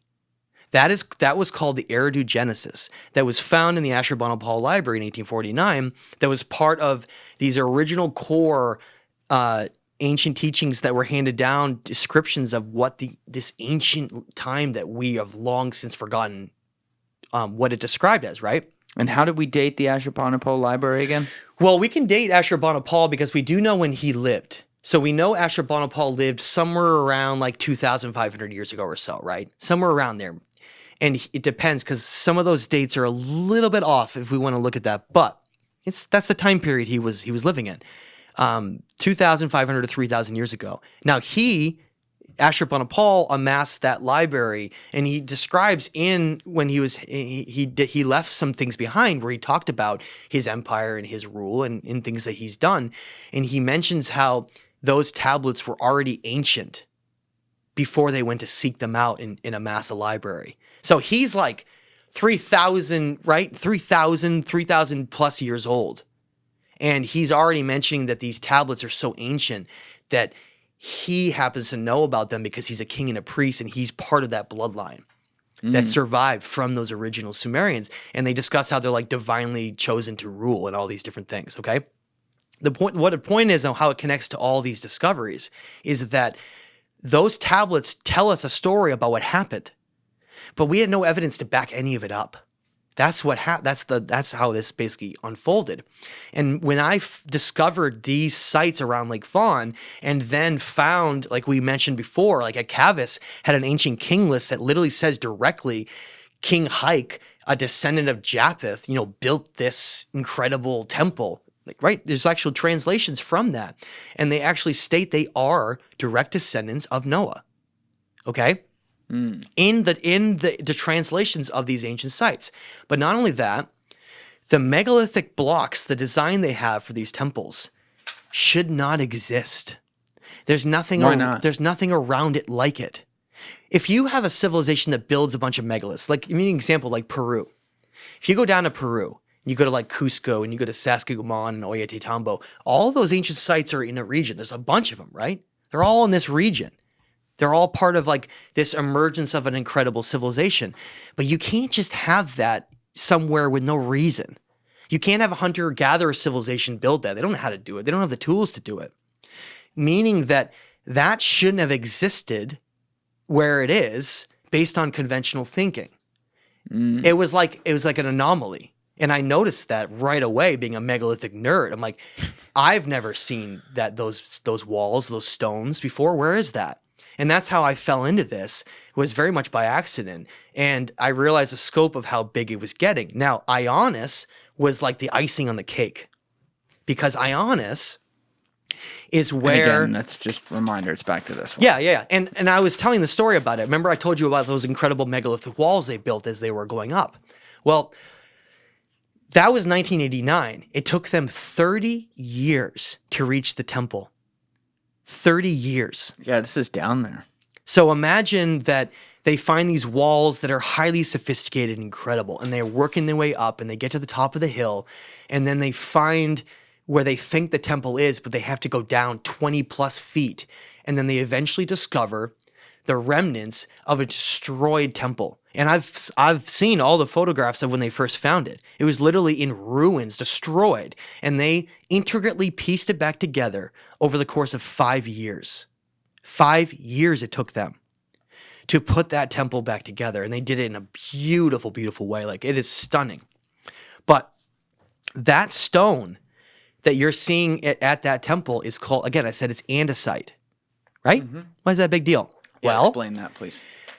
andesite is one of the hardest stones on Earth. When we look at megalithic structures around the world that are mysterious, whether or not it's Peru or it's Bolivia or Egypt, a lot of the megaliths around the world don't have any symbols carved into them.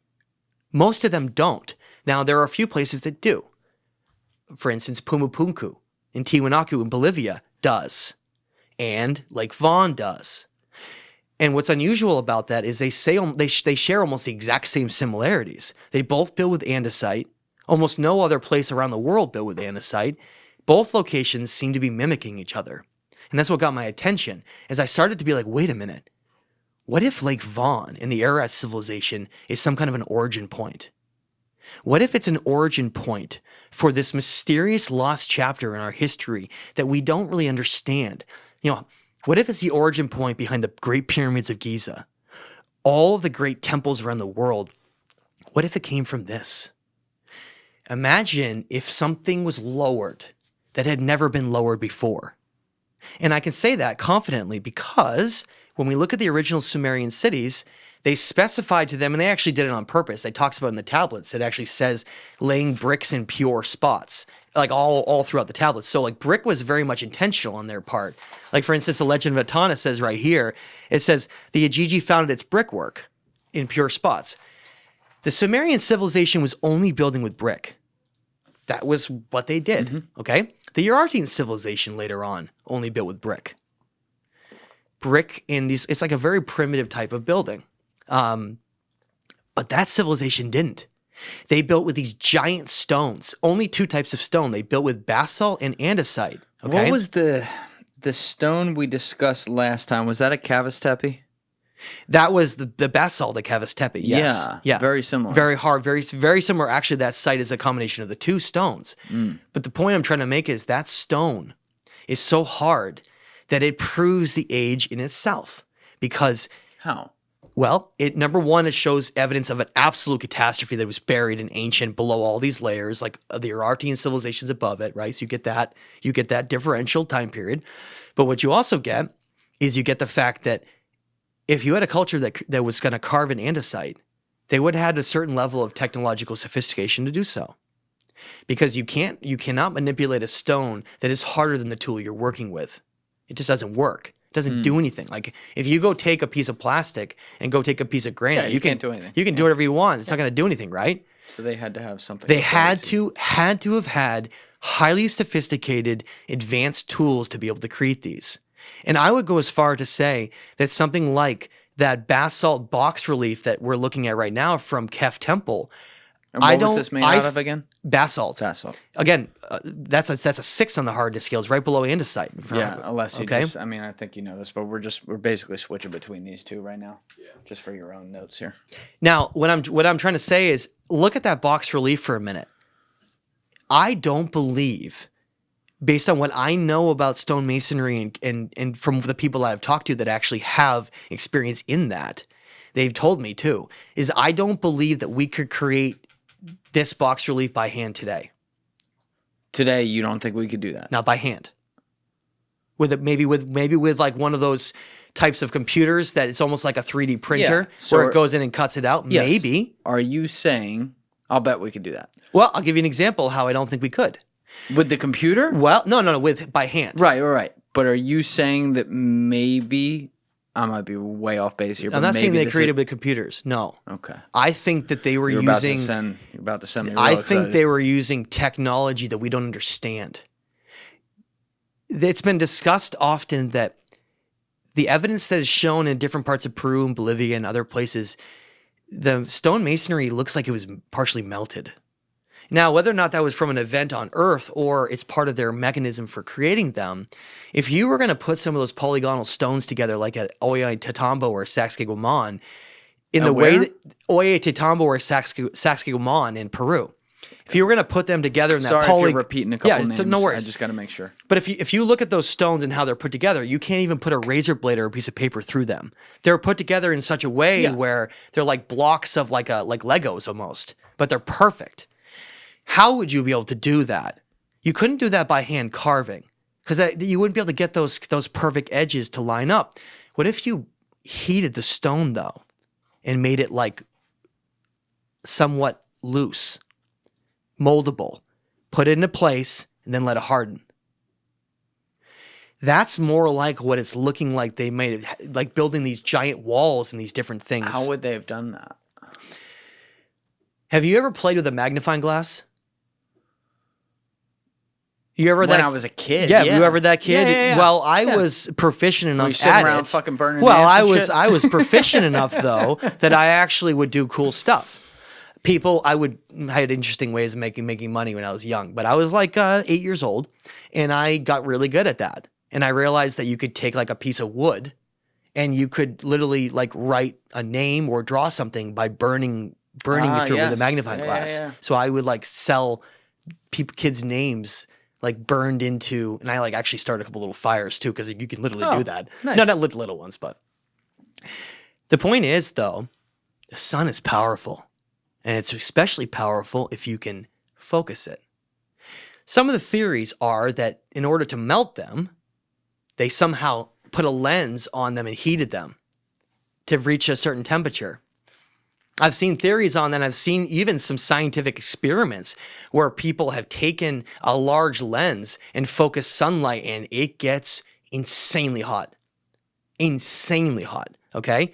Now, but it still doesn't make sense for how they were able to carve these things, though. That only explains how they could maybe mold stones and put them in place so they're perfect, right? But that doesn't explain how you could carve them. That doesn't really make, other than the fact that to do that kind of work with that kind of quality, I've talked to a lot of stonemasonry experts, and they look at sites like this, and they look at Pumupunku, which is why the comparisons are pretty wild there, and they say they would have to use diamond tipped tools, like laser diamond tip type of like for instance, the diamond tip. What does that like mean? A saw. Well, so if you have a saw. To cut through, they actually have diamond tipped saws so you can cut through solid rock. They use diamond on the edge of the blade, so it's like the hardest material possible, and you can actually go through something. Also, versus using some kind of a laser. Now, interesting, like lasers. I mean, could you create some kind of a laser-like technology with the sun if you focused it? Again, that's out of my wheelhouse. I'm not a physicist, but I can tell you that the means for which they created these is totally bizarre and unknown. And that's important because my theory is that this location around Lake Vaughn, in relation to the ancient Sumerian kings, the last of them landing there, and the bloodlines, descendants of them, and how the biblical accounts already show them going around the world and being important, that something happened at Lake Vaughn with the Ararat civilization that I don't believe has ever happened before in that way. Remember, I talked about the Sumerians. They built these cities, and then they had a catastrophe. It came out, and they wiped them out, right? But they didn't understand how to build megaliths. They weren't building any megaliths or anything like that. That knowledge didn't exist yet, which means that if you see like sites like this and they have that connection, all of a sudden you see giant, intricately carved basalt and andesite stones in temples that are highly sophisticated. Like, my theory is that that knowledge was passed down at that site for how to do it, for how to create it and do it in the tool. When? I think that it was over 20,000 years ago. On what basis? When you're looking at the Younger Dryas disasters, you find quickly... Younger Dryas for people Younger out there. Dryas, end of the last ice age, 13,000 years ago. The problem is that that site doesn't make sense because it has all the characteristics of the lost civilizations we see around the world. Highly sophisticated, amazing stuff they created. We don't know how they did it, right? Hard stone, all these things. There's like telltale signs around the world for that type of thing. And we know that we call them the lost civilizations. But here, it seems that the designs that they built into the sites, then we could find them everywhere else after. And the symbols that they carved into them then made their way all around the world. Okay? But in a way where they're not all together anywhere like they are here. Imagine civilizations around the world all having pieces of like how to reach higher states of consciousness and energy, and they know all that. But they portray it in like slightly different ways, right? But imagine finding a place where it's all together in one, in a way where it's like, it's in its like pure form, it seems like. And amongst those things, what blew my mind, the reason I ran around the room when I found Ionis is because very well displayed in the very center above an altarpiece, carved into andesite, is the depiction that I believe may be the very first cross in all of history. Okay? Now, for those who want to know what that specific type of cross is, that cross is later known as the Knights Templar cross or the Knights cross or the Red Cross.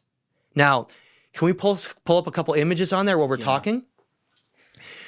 First thing I just want to, when we look at Ionis and look at the specific cross that's at Ionis, okay? Look at how it looks, Julian, okay? See how it looks like the edges are all equal and it almost forms what looks like the symbol of the sun there on that, but it's slightly different. That type of cross that we see that came out of Ionis, we then find at the core of some of the most highly established and most powerful religious groups in the world. Now, what we're looking at right now is what's called the Knights Templar cross, which is identical to the cross at Ionis. And we also find that same cross in some of in Ashurbanipal's lineages with another ancient king that ruled during the time of Ashurbanipal called Shensi. And Shensi showed the same exact cross on his person thousands of years later in that region as part of the Assyrian civilization. Now, it gets deeper. That same cross, that specific, exactly that same cross, we then find across the world in Bolivia at Lake Titicaca. I don't have an image in front of me for that, but you'll have it in your you can pull up over there. Yeah. Is that the same symbol, the cross symbol at Lake Titicaca, as well as the Chicana symbol from this match up identically. And to expand even further, you can look at Pope Francis or all the popes that have come before him, and you look at their wardrobe, and the exact same cross is the primary cross shown with all the popes. Okay? Different than the Christian cross. That's something exactly. we're going to talk about. This is, you know what? There you go. There's the cross at Pumapunku at Lake Titicaca across the world. And that one's a different look than what we're looking at. Slightly right here. different, but it's got the same 3 indentations of the teachings of 3. The what? We haven't gotten into that yet. Okay. There are these core teaching principles that this civilization knew that then passed its way around the world. Okay? And it's this idea of 3. That our totality of what we exist in is we exist in a totality of 3 things. 3 primary things. Religion called it the Father, the Son, the Holy Ghost. Spirituality, more of like our side, we call it the mind, the body, and the soul. Okay? But there's another aspect as well, and it's this aspect of energy. And they believe that because we have a defined masculine and feminine energy, okay, and that's what this is right here. Because we have 2 sides that if we can balance the 2 hemispheres of our left and right brain, our masculine and feminine energy, we unlock a key. A key unlocks something that is not hidden. It has become hidden now, but back in this, when this civilization was learning this, they were like teaching us, and this is called the triptych doorway. These 3 doorways with a central doorway in the middle on how to basically achieve higher states of consciousness. And what it means is, I just want to add this. Go ahead. If you balance the left and the right sides, the hemispheres, the energies, it doesn't matter. They're all related, right? Your left brain is usually masculine, your right brain is feminine. Same thing. It's just part of our totality, what we exist in. What they're saying in this, and why his fleur-de-lis symbol is pointing to this. Fleur-de-lis killing me hearing that. Well, I'm telling you that symbol goes back a lot further than France. Yeah. Okay. I get the connotation. Well, you can see it right on his helmet and his hat right here. I just remember from the movie L.A. Confidential. Well, so what they're saying is if you can balance the left and right sides, these other totalities of what we exist in, like the mind, the body, right? Mm-hmm. You can unlock the higher consciousness or spirit. Now, in Hindu religions, they call it the Kundalini energy, and it has to do with our spine and how energy can unlock to reach like these Buddha-like states. Now, the rod of Asclepius or the wings of Hermes shows that rod with the energy spiraling up with wings at the top. It's the same thing as this. That's what they're trying to say in this box relief from Kef Temple. Is some of what you're saying about the takeaway here, or is all of this your takeaway building on top of it, or are you also including other experts who have? Yeah, so I brought in a lot of other experts because this was my theory and finding these, because a lot of these discoveries are very new. Who'd you bring in? I brought in Paul Wallis to confirm with me. We spent like a whole weekend actually hiking. I came to Colorado. And who's he? Paul Wallis is an anomaly in our field, okay? Paul Wallis is one of, if not the only, ancient researcher speakers that speaks about what we talk about, who actually has a fundamental, significant background in the ministry. He was an archdeacon, which is one of the highest levels. You talked about this guy earlier. I'm sorry. Yeah. So Paul Wallis, yep. I brought in to confirm, be like, look, Paul, I'm making all these like huge statements, right, about these symbols being religious context being the first. Like, I need you to look at this and tell me if I have any holes. Tell me if you disagree or if there's something that doesn't make sense. And you know what Paul said to me? What did he say? He looks at it all, takes his time. You know, that's what he does. He's careful. Like a half hour. No, well, I mean, we had actually talked online, and then when he came, we spent a lot of time discussing in person. And what he told me is this: he says, "I spent a lot of time looking at what you sent me, and looking over the cross and the history of what I know." And he says, the thing about it is like just looking at Ionis and looking at that cross. He's like, just purely academically, I can't say it's not. But just in terms of what I feel, it's like I know it is. So there's something special about this site. But he's going on feel there. No, he's looked at all the images, all the stuff depicting it and seeing it. He's adding another layer to it. And it's a layer that I'm trying to explain as well, is that my life has gotten somewhat strange since these discoveries. These kind of weird dreams, things that have been happening that are hard to explain. Like let me just put it this way, and Paul was trying to hint at that. What if this is what I say it is? Just for a minute, let's just pretend then I am saying it is accurate. It's the first cross, your origins of like the lost civilizations and these teachings that spread around the world that then we forgot and we tried to re-remember, and then religions took some of the teachings and wove them together with others. Sure. What if that is true for a minute? Okay.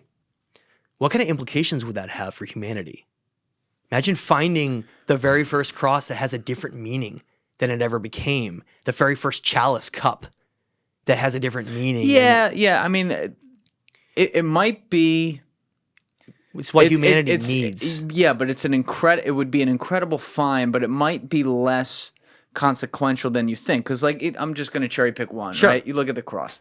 The cross became, and it's interesting to look at all the images you pulled up of people in pop culture, including in religious circles, by the way, who happen to be using this type of cross right here. Yeah, the ancient Knights Templar cross. But like the cross as we know it, do you wear a cross medallion, Alessi? That's the Christian cross. Right, yeah, that's a Christian cross because that was this, and it's a different shape. It's different. It's different length. There's actually more than 20 different crosses in the world, just so you know. And it's I'll bet there's a lot more than that actually. But it's the thing that Jesus was executed on. It's the sacrifice symbol. So it became its own symbol again, not that long ago. We're talking just over 2,000 years ago, right? Yeah. This as like potentially the first type of cross we've seen. It's similar. The feeling I get when I look at this as a layman, is like we all joke about the first time caveman figured out the wheel. Like, oh shit, it rolls. It's almost like this is the first time they took a scrape and they realized they can cross to make a shape. You know what I mean? I don't mean to oversimplify it, but that's what would make this extremely cool. It's like it's the first time they were using some sort of carving to get across a point that's not in a word, but it's in a shape that would become almost numerical or alphabetical. Does that make sense? It does, but what if what if it's not based on that simplicity? It might not be. Like if you look at the associated symbols in Ionis, you see that it's a sun temple. They're worshiping the sun, and the sun symbol looks actually it looks very similar to the shape of the cross symbol in terms of being a circle, okay? It's creating this circular type of symbol, and I think that is part of the meaning behind it, okay? And this gets into, what does a cross mean? What did it used to mean, how about?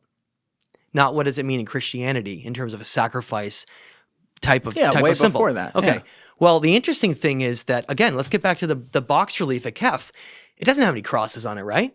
But it's got a lot of associated symbols that are similar in terms of like the triptych doorway in reaching higher states of consciousness and the tree of life. You see that? Well, if you take those associated symbols, you can figure out what they're trying to say in this. And what I believe they're trying to say, if you look at the tree of life, how this is being passed is that, first of all, a cup or a chalice signifies a significant religious or spiritual doctrine being passed. So if you look at the original cup, it had nothing to do with sacrifice or blood. That's what it originally meant. It was like a doctrine. And here he is taking what's not a lance or a spear. That's what, remember, like we talked about. He's taking the seeds from the tree of life, and he's passing the knowledge of that. What does that mean? Like, well, the tree of life has been shown in Mesopotamia and here in other parts of the world as a symbol for balance. Balance with everything, because nature is perfectly balanced. We're just not. They're trying to say, look, you are not separated from nature. If you want to reach higher states, just like nature, you need to find balance. And if you find balance, see how they're on either side of the tree of life? It's a focus. Because they're in charge, according to the tablets, they state that these deities of Sumer, they call the Anuna, are in charge of holding, and I put in quotes, that's a direct quote, holding and maintaining the balance. Maintaining the balance here. That's like their job. They're like in charge of that, supposedly, in the tablets. Okay? Can I ask you a hypothetical here? I want you to pretend I am, or no, you are, a mainstream archaeologist. Okay. But you're not a piece of shit. You're not like a Zahi Hawass, right? Okay. You're not an embarrassment to mankind. How else, and let me remove the word mainstream. Let's say I am a dissenting, on your opinion, archaeologist, and I have no allegiances whatsoever to other people. I'm just looking for the truth. Don't give a fuck if no one ever hears about it. Right. What are the other ways that you could or the main other way, if we're going to keep it simple, that you could interpret this that is not how you interpret it. That's the funny thing is I was explaining those archaeological papers and they did just that. I mean, I printed them all off and I highlighted sections because the film we're making, we might actually use that with an interesting way to. Well, I mean, for instance, our idea with this film to be experts is that we're going to get attacked for not being accredited archaeologists. So I got smart and I realized I just took every single paper from all the archaeologists that wrote about the excavations on site and then just used their own words against them, their own quotes. Them coming out and saying something doesn't fit or doesn't match or doesn't align to that, even not coming out and saying it's not the Urartian civilization, we can still read between the lines and what's very obvious in what they're saying. Bravo. Yeah. Okay? And so I simply will fall back on their papers and I'll say, look, it's almost laughable that they're trying to mold around their previous expectations of the archaeologists that came to try to define those, right? Even a child could read some of those papers and know what they're trying to say. They could. It's like, you know when you want to say something so bad but you can't, so you literally like put so much emphasis on saying it but you don't, and everybody knows exactly what you're saying? Yeah. If you're trying to hint so strongly about something, right? Like people know what you're trying to say even if you don't say it. That's exactly what's happening here, is that the old narrative that archaeologists are kind of defending makes no sense. Is like Graham Hancock says, it's a foundation of sand. Trying to associate these symbols in the Kef box with a warlike Urartian empire is like trying to associate maybe like a Mozart play with like a rapper.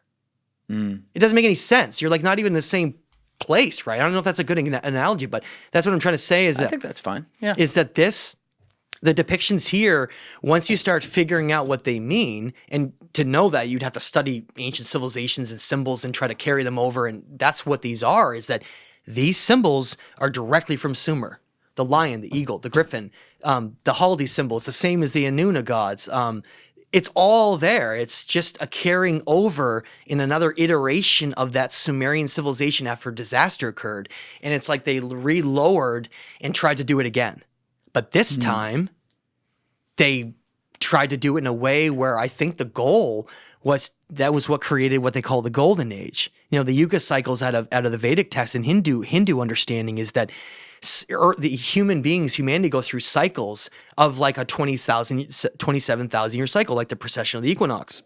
Excuse me. And that we go through periods of what's called Golden Age, Bronze Age, Silver Age, and Gold Age. Yes. Golden Age, right? And it wobbles back and forth on that between cycles of energy having to do the zodiac constellations in our consciousness, and how that seems to be, they understood more what determines this rise and fall rather than random events. Back that up a second. You said it goes back and forth between cycles of energy and consciousness, or did I mishear that? Cycles of energy within time periods. So give me an example, like there are 12 zodiacs, and what it means truly beyond a birthday is that the Earth faces different constellations every 2,100 years. It's called the precession of the equinox. Okay. And that, if you add up 2,100 years by 12, you get 25,700 years. It's called the Great Year.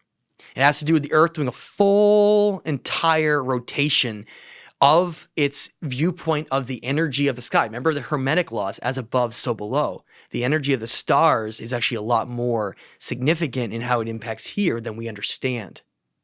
It's all energy in cycles. All of this is, okay? Now imagine this civilization, this mysterious Ararat civilization, falls into a time period of that rise, like the Yugas, where it's supposed to be a golden age, and they, like the ordainers of cycles and destinies, they then lower the ultimate knowledge on how to build and do all those things everywhere around the world, and the ultimate knowledge of how to reach Buddha-like states, right? But then the cycle, what does the cycle do in the Yugas? It doesn't go from a golden age to a silver age. It goes from a golden age to a bronze age, which means that you have to, it's inherently built into whatever this system that we're part of is, where humanity is like supposed to rise up, be almost wiped out, and then have to rise up again. And that's happened over and over and over again, right? So then the point I'm trying to make about this civilization is, I think this may be the origin of the Golden Age that spread around the world. And that's why we're seeing the cross and the cup and the chalice and the pinecone, which we see all over the world, and the step pyramid doorway system, where it seems to be, it's almost like if you had, let's say you had your own school, Julian's school of higher knowledge, right? And Julian Feel bad for the students. Let's say he taught those students there, and then those students were supposed to go around the world and then teach what Julian taught them, right? And then they go around and they teach it, and then they create civilizations as they go. That is what I think happened here.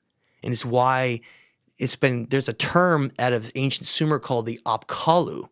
And it's a term referring to a series of great sages that are supposed to be very wise and very powerful individuals who then travel around the world and create civilizations everywhere. And you were showing me, and this, now I'm going back to before we were on camera. Go ahead. You're showing me all the different places around the world. Right. Where these step pyramid type carvings, which is what we're looking at again, unless you could probably put this back in the corner of the screen, this original, what do you call it? Box? It's the Kef Temple box relief. Box relief, that's it. That's the word I was looking for. We see the upside down, as inverted you were and describing them step off pyramid. camera. You were saying pyramids. I was like, wait a minute, but that's, and you're like, it's a step pyramid. You ever seen what a ziggurat looks like? Right, exactly. It's exactly a manifestation of that. Yes, so now we see it in different forms around the world, slightly but the differently. same pattern. Exactly. Like it's either in a diamond, like both. Yes. Or it's facing upward, or it's just facing downward. Like right now, I'm looking at Saudi Arabia. I'm looking at Tiwanaku. Yes. Where am I looking right here? That's Pumapuku Tiwanaku by Lake Titicaca, both of those. Okay. So these are all different. Now this is Ollantaytambo. That's in Peru. This is Ollantaytambo, not Machu Picchu. So now what you're seeing is, right? And look at this one. Wait, that's not Machu Picchu. Yeah, it's right next to it though. It's Ollantaytambo. Yeah. But I mean, what you're seeing is that step pyramid is not really like a physical representation. It's you see the levels? How many levels are on that step pyramid? Go up, up, up, up. Which one am I looking down at? there on the box. There's 3. You see this?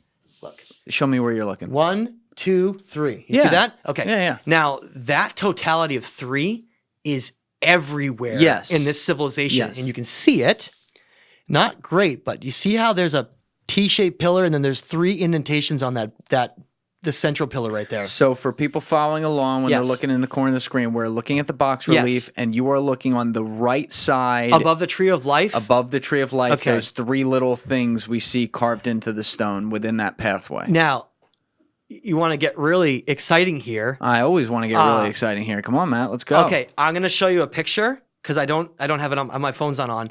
I'll show you it later, but you just got me excited for nothing? I'll get you images. I'll get you images put up later. Go ahead. I was at Cavis Tepe. There's people that do some tours, like limited, not much. And someone had taken, and I'll get an image for him to put up on this. Okay, it's wild. Someone had taken pictures of the site, and I'm looking around to learn as much as I can, every angle, everything. Right in the corner of one of the walls of these megalithic walls at Cavis, there was this artifact, 2 of them, maybe like 1.5 feet tall, somewhere in there, made out of basalt. Okay, beautiful, like perfectly sharp edges, like cut your finger on them. Still, these 2 artifacts sitting on the ground, like in the dirt, like nothing around them, just sitting there. You could like walk up in there. You could probably like pick them up and bring them home. Not that I want anyone to do that. That's illegal, by the way. And I will find you if you take those out. That's pillar. I found the exact artifact for it. The exact artifact with the same indentation 3 with the top pillar that looks exactly like Göbekli Tepe. And when you go to Menorca, Spain, the exact same shape. Can we pull up Menorca? Type in Menorca, Spain for a second, and I want you to compare to that symbol for a second. You ready? Menorca. Good question. I was thinking that myself. So it's in the Mediterranean. It's an island. It's not really like Spain as we think of it. It's just owned by Spain, but it's an island in the Mediterranean. Okay? Why are there so many islands like this? They're actually I know. Like close to Go something to images really quick. Type in Menorca T-shaped pillars. T-shaped pillars. Yep. Okay. Okay, so That looks beautiful. okay, by now the way. Holy click that shit. first one. That That's pillar, Stonehenge looking that right there. pillar it's more advanced than Stonehenge. That pillar is 20 feet tall. 20 feet. You literally would be like a little tiny person next to that. Okay, 20 feet is the tallest T-shaped pillar of Menorca, Spain. Nobody talks about Menorca. People all talk about Göbekli Tepe, and the reason is that they're archaeologists in the mainstream is convinced that that's a lot younger, but I don't agree. Why not? Because that is the exact shape and the same type of highly sophisticated megalithic design with these enormous stones that we see in other parts of the world. And the theories that I'm putting forth is that this civilization with its sages moved to different parts of the world and taught different things as they went along. Okay. How big do you think this civilization was, or is there no way for you to really know? You do kind of know, because you can't have a civilization that's small if they're making very elaborate cultural things. They have to be somewhat Yeah, but advanced. what's big, what's small? Big back in this time period would be probably anything over 20,000 people. Okay. All right. Sizable. Yeah. I'm not saying there were only 20,000 people in this civilization. But it was at least 20. At least 20,000 people. And It's like the bottom half of Hoboken, bottom third of Hoboken. Right. Give or take. now, Crunch Fitness. going back to that for a second, look at Ionis for a second. You see how I've circled what's called the hourglass? Yes. Okay. Right here on the left, again, let's Now, see this picture. So it's on the Take left all side. those symbols for a second and put them together. What does that mean? Well, you have a sun symbol, you have an hourglass symbol, you have the cross symbol, right? And then you have this Haldi, which became my company logo, passing all of those things, or showing that he's protecting them. And you notice he's kneeling on one knee, okay? Notice that he's kneeling on a knee. What's he doing with his hands? He's like this. Am I fucked up right now? Isn't like the devil symbol like that or something? He's not doing that. He's going like He's not this. doing that? No, He's doing he's like like this. passing, Okay. passing Alright. something, okay? Okay. Now, let's put them all together for a second. It's telling you something, okay? The sun, we know it's a sun temple, so they're aligning it to the different equinoxes and different, different things with the movements of the sun. So for them, the most sacred, there's two time periods that was most sacred of all the ancient civilizations. Take away our holidays. For them, the summer and the fall equinox, spring and the fall equinox were basically the most important two times for them. The time period when the sun comes directly vertically over your head, okay? That's the equinox. That's what it means. An equinox simply means that the sun, it's only two times of the entire year this happens, right? That's what they're called that. The sun passes directly overhead. Yes. So for them, because they're worshiping the sun, because they believe the sun was God, okay? They called the sun Anu or Utu, depending on how they want to use it. You're going to take my next question right out of my mouth. Keep going. So they believed that the sun was a divine intelligence of God. Okay? And that they believed that stars, the sun, are very different than we perceive them today. They're not just plasma gases that float around, whatever. That they are actually have a lot of intelligence, in that the cycles of consciousness on Earth may be related to the sun cycles. Okay? The cycles of consciousness. Yes. Those yuga cycles of us reaching higher states and then going back down to lower states, they seem to be based on things that have nothing to do with us at all. And we seem to be just along for the ride. That's what it seems more like, okay? Now, go back to the temple again. So it's a sun temple. Just like Tiwanaku is a sun temple with specific focusing and mapping the sun. Same two things, exactly. That's the famous sun gate you've seen. I don't have the sun gate picture on here, but everyone's seen the famous gate of the sun, right, at Tiwanaku. But also they have the hourglass. What does an hourglass mean to you? Time. Right. So if you had an hourglass and you had a symbol of the sun above it, and you use the sun to measure time, you're referring to being a keeper or like a protector of time. Because look at what's next to the hourglass. Why do you say a protector? Because what's the symbol that's next to the hourglass? Look, what is that? On the right, Gryffindor? Griffin. Don't use Harry Potter. I'm fucking with you, dude. Um, See, I'm just trying to keep you Yeah. honest. So paying that is attention. a griffin. What is a griffin? A griffin is simply a Gryffindor. lion and an eagle together. These are griffins. It's a symbol for strength. It was in the ancient world, they believed that you invoked a powerful strength that you could use it as like a protector, which is why at Giza, the great Sphinx used to be a lion, not a pharaoh, because a lion, it was facing the constellation of Leo, and a lion to the ancient Egyptians was the most powerful symbol for strength to protect something that they had. So the lion there, and look, the lion is here too. Bravo. The lion and the eagle, which we see all over the world, Yes. they're symbols for strength, and that's why. So go back to your chart. So in this case, the griffin is a protector. Does that make sense? Because it's a lion and eagle together. The eagle is like the totality of all above, and the lion is like the strength of like down in our realm. So it's like the strength from above and below. Question on that? Yeah. Because this is so disintegrated, Sure. are we making a very highly educated, reasonable guess in saying that's what it is? No, Eagle? there's that. So that temple has that icon like 10, 15 times. Okay. So turn it over for a second. See, it goes the symbols go all around the whole site. So there's and better images of it Right, that are more right. preserved. The circle is just. Oh, yeah, look right there. Yeah, see? So the circle, it just happens to be in front of the altar where the cross is, where the main symbols are. That actually looks like a fucking unicorn. Whoa. It's a griffin. Yeah, I know. It just looks like a unicorn. So the griffin became one of the main protector symbols of the ancient Greek civilization. Okay?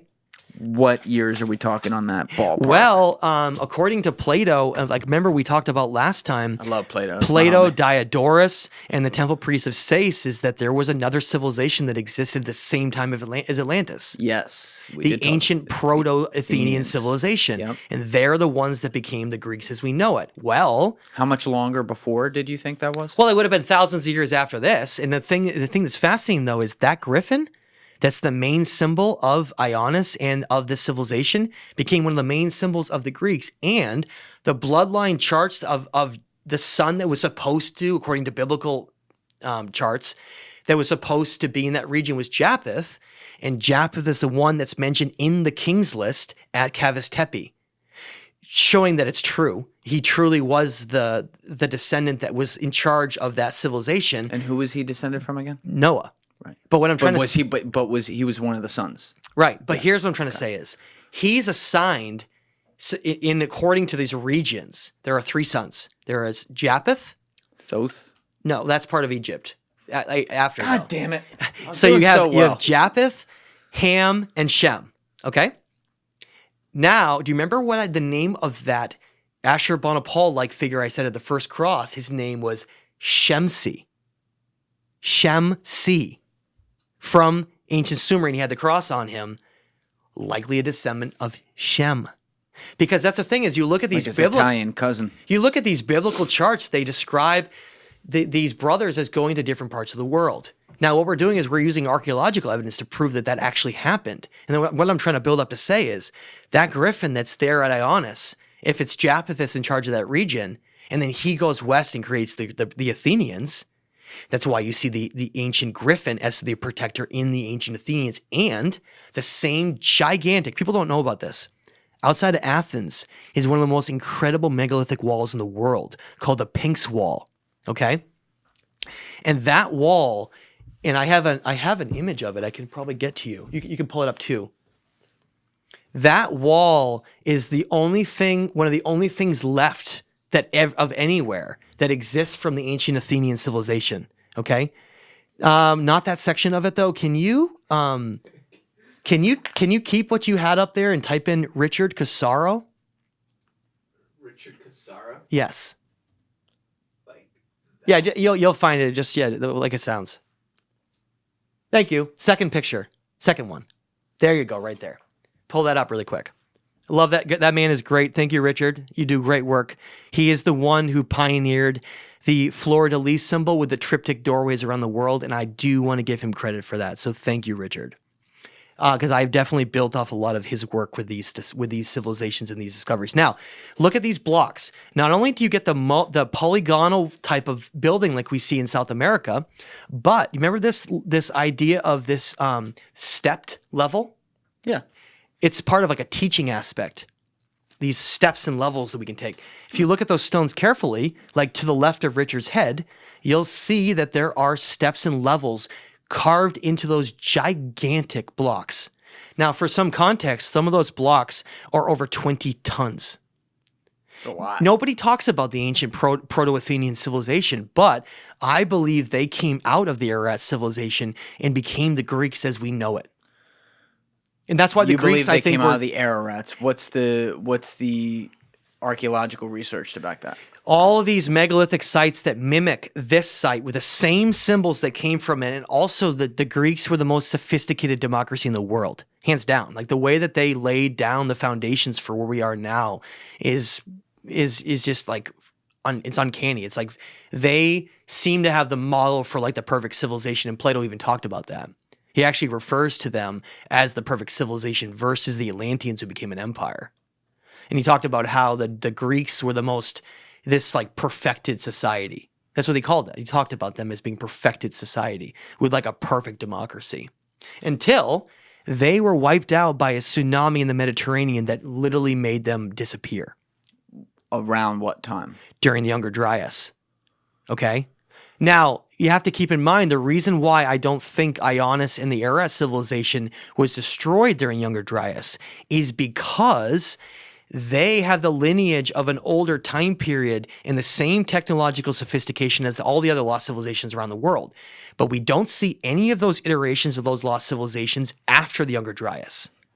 Meaning that after 13,000 years ago, these cultures, the majority of them were destroyed. And the majority of the knowledge was lost, and they were never able to build what they could ever again. And we know that because of sites like Machu Picchu. At Machu Picchu, next to the Torion, is a wall there, okay? And in that wall shows 3 different levels of construction. Not 2, but 3. Showing you, imagine you had a proto-civilization that built it all in perfection. Imagine they get wiped out. Then there's like survivors of it. Just some, right? Yeah. And they maybe grew up with some of the indigenous and they try to rebuild. Because at Machu Picchu, we see this second level of building on top of it that's not as advanced and as big, but it's still pretty good. But then on top of that is like really primitive work, brick and mortar and really, really simple work from the Inca. So it's like, imagine, this is how I think it played out on Earth. I was to a guess based on everything I've studied. Imagine a civilization emerges, the Sumerians, they get destroyed in a great catastrophe, like more than 50,000 years ago. So we can put a time frame on all this. And I say more. Then imagine the stories are that this Ararat civilization literally comes out of the survivors of that, but something new is lowered, and they literally get all this knowledge and all these ancient techniques, and then they go around the world and they create all these civilizations, right? Now imagine the Younger Dryas from 13,000 years ago is what then destroyed them. So it's like you have these iterations, right? You have the first one that's gone, it gets destroyed. Then another one comes, it gets even more advanced because something was handed down. But then when that one gets destroyed, all of those things are not relowered again. Like it wasn't supposed to be. It's like, okay, well, you guys find your way now. We're not doing that again. You know, it's like almost like kids finding a bunch of toys in someone's tool in like their garage and they have no idea how to use them or what they're for. It looks more like there was an interest in our story and helping it and giving us all these advancements. And then there was like, now we're just going to be hands off and let you guys do your thing on your own. See if you can figure it out. That's what it seems more like. And that's where we are right now is here we are thousands of years later. We're becoming technologically advanced. We got more time on our hands. We're starting to like wonder about ancient stuff again, right? Things are starting to push the narrative towards that. And here we are. We're finally looking back and be like, wait, what if that's true? What if they really did exist?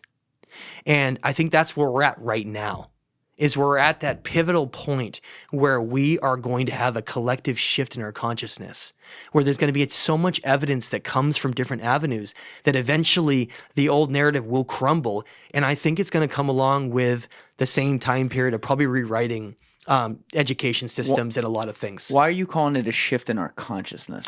Well, because I feel like the way that we've been portrayed and taught is almost like being kept in a prison. If you're taught that the brain creates consciousness, then you live in an existence where the life you have right now is a fearful one because you die and that's it. And so you feel thankful for what you have, and you feel like, oh God, I'm glad I can eat, right? I'm glad I can blah blah. But that whole mindset is based on this survival of the fittest mindset that treats us like another animal on Earth, just like anything else, right? Except that we're not strong. We're not super agile. We can pretty much be outrun by most animals on Earth, but we're really smart. And I think that, and we have this divine spiritual nature to us. I think that we need to separate ourselves from the animal kingdom. We need to stop thinking about ourselves as just an animal. We need to think of ourselves as, we need to start redefining what it is to be human. We need to start looking at all of the echoes of what the ancient civilizations were trying to tell us of who we doesn't are. that go against biologics, though? Because we are an animal. Well, we're an animal, but again, it comes back to how do you measure consciousness? What is consciousness? Is consciousness what defines us and we're just in this body to experience something physical? I'm telling you, when you redefine something like that, you change the entire human experience. It's almost like if you had an animal in a zoo. Okay, let's say you, like, an animal has never been anywhere else his whole life. It's just in a cage and it's with other lions in a zoo, and it's like, oh, this is my existence, right? I'm like walking around in here and there's people looking at me taking pictures. But then you take that animal, and as stressful as it is, and you bring it to Africa, right? That lion, and you let it out, and all of a sudden it's like, whoa, where am I? This isn't what am I supposed to do? There's no food being brought to me. I'm not eating out of a bowl anymore. Yep. What I'm trying to say is I think that we've been conditioned into a controlling type of mindset on what we are and who we are to keep us complacent and keep us focused entirely on giving away the creative potential and the divinity of who we truly are to someone else. Okay, let me ask this question. And I think you make a lot of fair points about some of the, let's say, organization of society that happens no matter what, Right. even when there's better logic sometimes. I don't disagree. Let's play devil's advocate, though.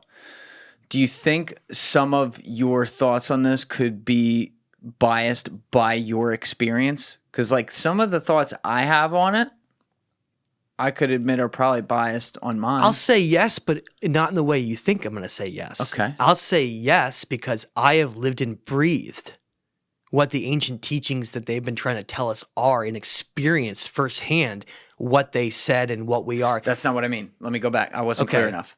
I'm saying before you did any of this, Yes. before you even got curious Yes. about this stuff, there was an impetus, right? And the impetus was you were pissed off. And you were pissed off at what? You were pissed off at how things were taught or how things were organized because you believed it to be wrong, which you might be right about a lot of that, by the way. I'm not saying I disagree. That's fair, yeah. But then do you think it's possible that you could have some form of, in your research itself, confirmation bias to want to find something that could replace this in a better, higher spirit consciousness way that's going to improve the whole systems that you think Totally. made you upset as a kid? Let me give you a good answer on that. I didn't plan on doing any of this. I wasn't like that kid that at 12 years old is like, I'm going to be an ancient history writer. And I'm going to, people need to know about this. I was interested in it, but I wasn't anything like that was driving me to do anything. I was just going along with life like everybody else was. And I think this is important because I came to this from someone who didn't have any expectations or was looking for anything. So imagine if you were like looking into something and like you already have a predetermined expectation of what you're looking for, so you're kind of worried, right? Like, problem I'm with kind the of world. worried that if I look into this too much, it's gonna provide pieces of information that like make me not believe what I did before or something, right? Right. Well, Something we're all guilty of at some point or another. this like era civilization, anything I've done in this, it's been more like the complete opposite. where like you go into it and you're like, this is kind of interesting, right? Wow, like how do they do that? I don't know, but this is kind of wild. And you start reading, you look at it, you start delving into it without any predetermined expectations, because I didn't. I just was curious, right? Just curious and interested. And as you look more and more into it, and you read what they left behind and you embody it, you take in the teachings and what they were saying, and you almost take it into your life, and you try to live what it'd be like with their mindset, or at least entertain the idea of it. And it's what I can say is, the point I'm trying to say is that I wasn't looking for any expectations, or I had no predetermined things of what I was going to find or anything. It was more like the more I looked, the more I couldn't believe what I was finding. The more that it became so powerful that it changed like my entire career, everything I thought, everything I was doing. That might be true, but also, and again, it doesn't discredit what you're finding either. That's not what I'm getting at here. I'm trying to get at the core of like making sure we don't go too far or any situation like that, because I think that happens across anything in society where we have one side and another side, right? There's mainstream versus not mainstream. Perfectly fair. But you may not know, oh, I was going to find this box relief right here, or I was going to find this exact temple of the sun right here. I didn't know any of that. It fell in my lap by accident. Right, it fell into your lap.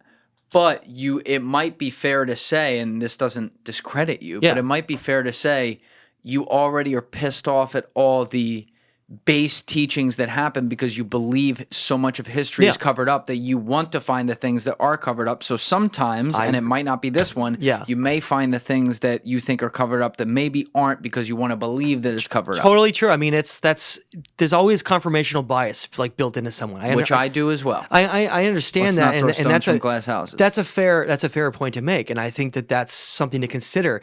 But I'll just say that I wasn't looking for this civilization.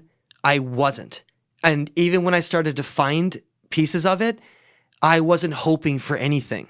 I wasn't like, oh my God, I hope this turns into something bigger than it is. It was more like, boy, that's really weird. What is that? That has similarities around the world. I want to know more. And then the next one has like even bigger stuff. And then you're like, and then I saw Ionis and I was like, holy, I could not. Right. It was for me, that's why I said it was a George Smith moment. Like, I wasn't expecting it at all. And I think that's what you're trying to get at is I wasn't like hoping that something would bend around what I was looking for to become something like, oh, I hope this civilization exists to finally prove everything. It literally just fell into my lap, and the more it unfolded, the bigger and bigger and bigger it got, until I realized the implications of what it really was. From someone who's an obsessed, I can look at any megalithic wall in the world. I do believe you sit down and jerk off to megalithic walls. I can look at any megalithic wall in the world and tell you where it is. I bet so I hope someone can challenge me on that. Yeah. So when I saw these, it got my attention very quickly because I had never seen those walls before. And that's what led to these discoveries. But your point is fair to make. I had no expectations or anything going into this, or even knew what to expect. It fell into my lap and then changed my life forever. Recently, too. About a year ago, this all started, yeah. Oh, so you knew about some of this when you were in here, but weren't talking about it yet. No, you and I were talking. I had found Cavis, not discovered, but had connected. I'll say Cavis and Kef, but I hadn't even known about Ionis yet, or the connections with South America. So a lot of this grew and got bigger and bigger and bigger, and I think the whole point of this is that we're gonna try to tackle this film. And I want to mention this to people. So what we're doing is we have an incredible director and producer. I won't mention who they are yet, but they've done some amazing things. And we have a team of 4 experts from around the world, and we're going to be traveling to Lake Vaughn, to these sites, and Bolivia, and we're going to go and capture all of these incredible sites, these discoveries, bring them all together in a film that is powerful, and then go all the way to Bolivia and show the same symbols. And we're hoping we can build off of all of the amazing work like Graham Hancock did on Netflix with Ancient Apocalypse. I don't think people are understanding the significance of that. It's all about pushing a narrative forward. In order to do that, it takes a lot of time, moments like precisely timed for when people are ready. And Graham getting that on Netflix just opened up the avenue for this to be talked about in a way that it never has. And so what we're hoping to do with this to get on Netflix or something like that is to make a film that encompasses this in a way where it like touches people's hearts.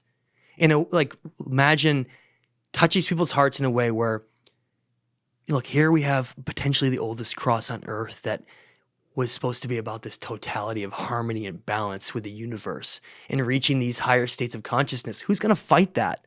In terms of like, I don't like that. Like, what do you mean? Like, these are... As long as you back it with real evidence. Right. These are the core teachings that went around to whether or not it's the ancient Hindu civilization cultures or it's the ancient Maya or it's the ancient Peruvians or the Egyptians. They understood a lot of this. They understood it. People...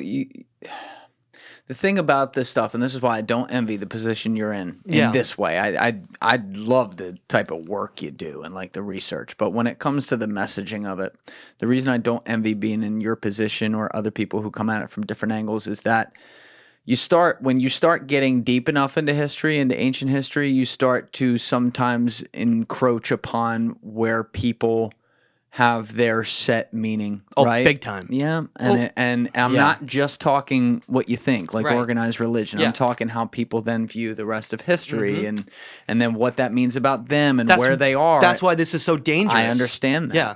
So even though you may sell it and package it in a great way and say, ooh, we're going to look at our consciousness and excitement, and you said like, oh, who's not going to buy into that? A lot of people are going to buy into it for sure. A lot of people aren't though, too. And that's okay. No, I think that's normal. There's nothing wrong with that. It just is a shame that, we have trouble in parts of society talking about these things. I mean, look, that's why I do what I do. I believe in talking things out. I love this stuff. I lean into it. It's just, it's a very difficult, like I agree. What Graham did doing that show and getting a way different perspective on there, literally on the mainstream, right? Yes. It's like Grant went mainstream. Let's fucking go. Well, that's what I mean is that it's the time for this. It never has been until now. Yeah.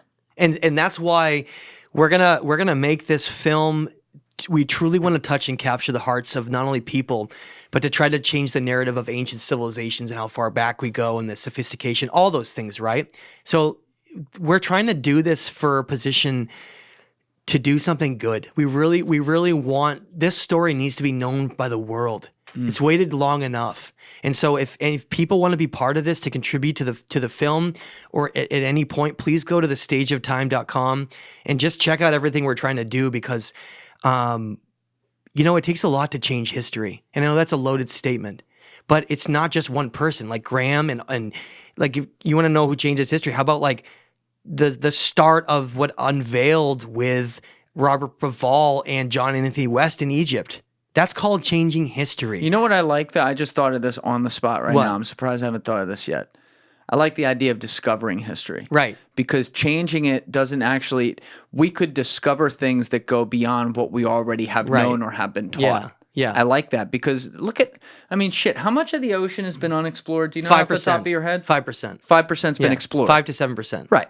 So just the ocean itself, which is a physical thing right here that we could all go to and right now. And our planet's 70% water, roughly. So Right. So you think about that. Now think about how much of history is unexplored. Totally. So we're constantly discovering. We're using our past to create prologue in a way. I don't know if I'm using that correctly there. But no, that's good. And you're right. Yeah. It's like instead of saying that the Ararat civilization and its implications are going to change history, maybe this film and what we're doing, I'm writing my new book on this, and I'm going to be taking at least 2 trips to Turkey next year. I have 2 already planned. Yeah. That's exciting. In Egypt and Bolivia. Yeah. Yeah. We're going to be on site doing all of this. That's awesome. Is that maybe you're right, is that we're discovering history here. We're discovering it. And maybe that's a good point, is we need to stop saying that we're going to change it. And is that maybe we need to discover and then just rewrite it in the right way. I hope that someday that archaeologists can completely get out of that mindset of not being able to step on anyone's toes and not being objective. I want archaeology in the future to be like, this is what the evidence is. Yes. Let's try to figure it out. And let's try to constantly disprove it by finding something farther. This is where science and history meet. the farther back you go in time with history, the more you need science to actually get to where it is, Exactly. and not. And science, is, by the way, is in a way using science to find stuff like this, right? Absolutely. So it's amazing the cross pattern there is there, and that's the beauty of it. A guy like Albert Einstein, who's one of the greatest to ever live, Greatest minds, yeah. the beauty of his work is that one day, maybe not even that far down the road, almost everything he worked on will have been able to be disproven in some way. Well, it's incredible.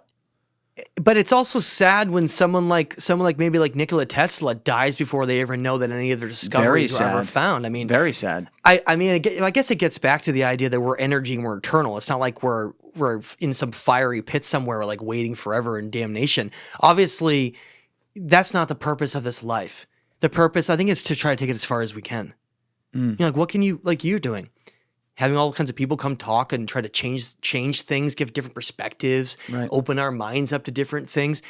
That's what we need to do going forward as humanity. And it doesn't matter what it is in, right? Ancient civilizations, consciousness, or even just like what good food to eat. Yes. We need to stop being afraid of what someone else thinks and just be open to talk about things. And I think that that's where we're going to eventually go. And I know it's like blasphemy to say this might be the first cross in history and the first cup chalice, right? And I all think those, it's blasphemy. but to some it is. To Yeah, some but it it's is. how you say it. Yeah, That's why I was talking about earlier. There's different types. Don't worry about that. Right. But it's, again, I cannot be more excited for where some of these are going to potentially go. When I get there, I'm taking 2 trips, probably April and again, May or June. And I'm going to be doing measurements, complete photographs and analysis of the sites. We're going to try to go as archaeological as we can without disturbing them and getting arrested or in trouble. Yeah. Let's Right. not do that. So That's we're awesome, going to toe the line with that with total respect on these. But yeah. I want to go back to Sure. this though, because there was something that in my head I put a bookmark in maybe Was it 20, this? 25 minutes ago. Okay. No. You mentioned the Anuna Sure.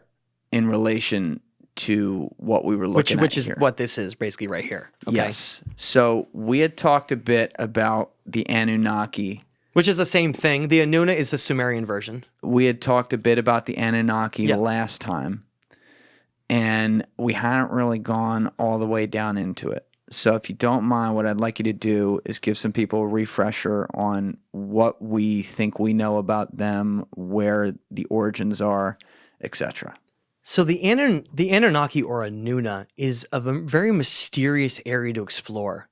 It's one that has a lot of opinions from a lot of different people. And it's perhaps one of the most enigmatic of all concepts to think about.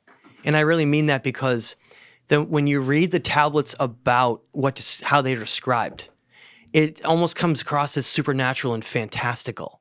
It's something where we have to look at it in a lens where like, so what are they then?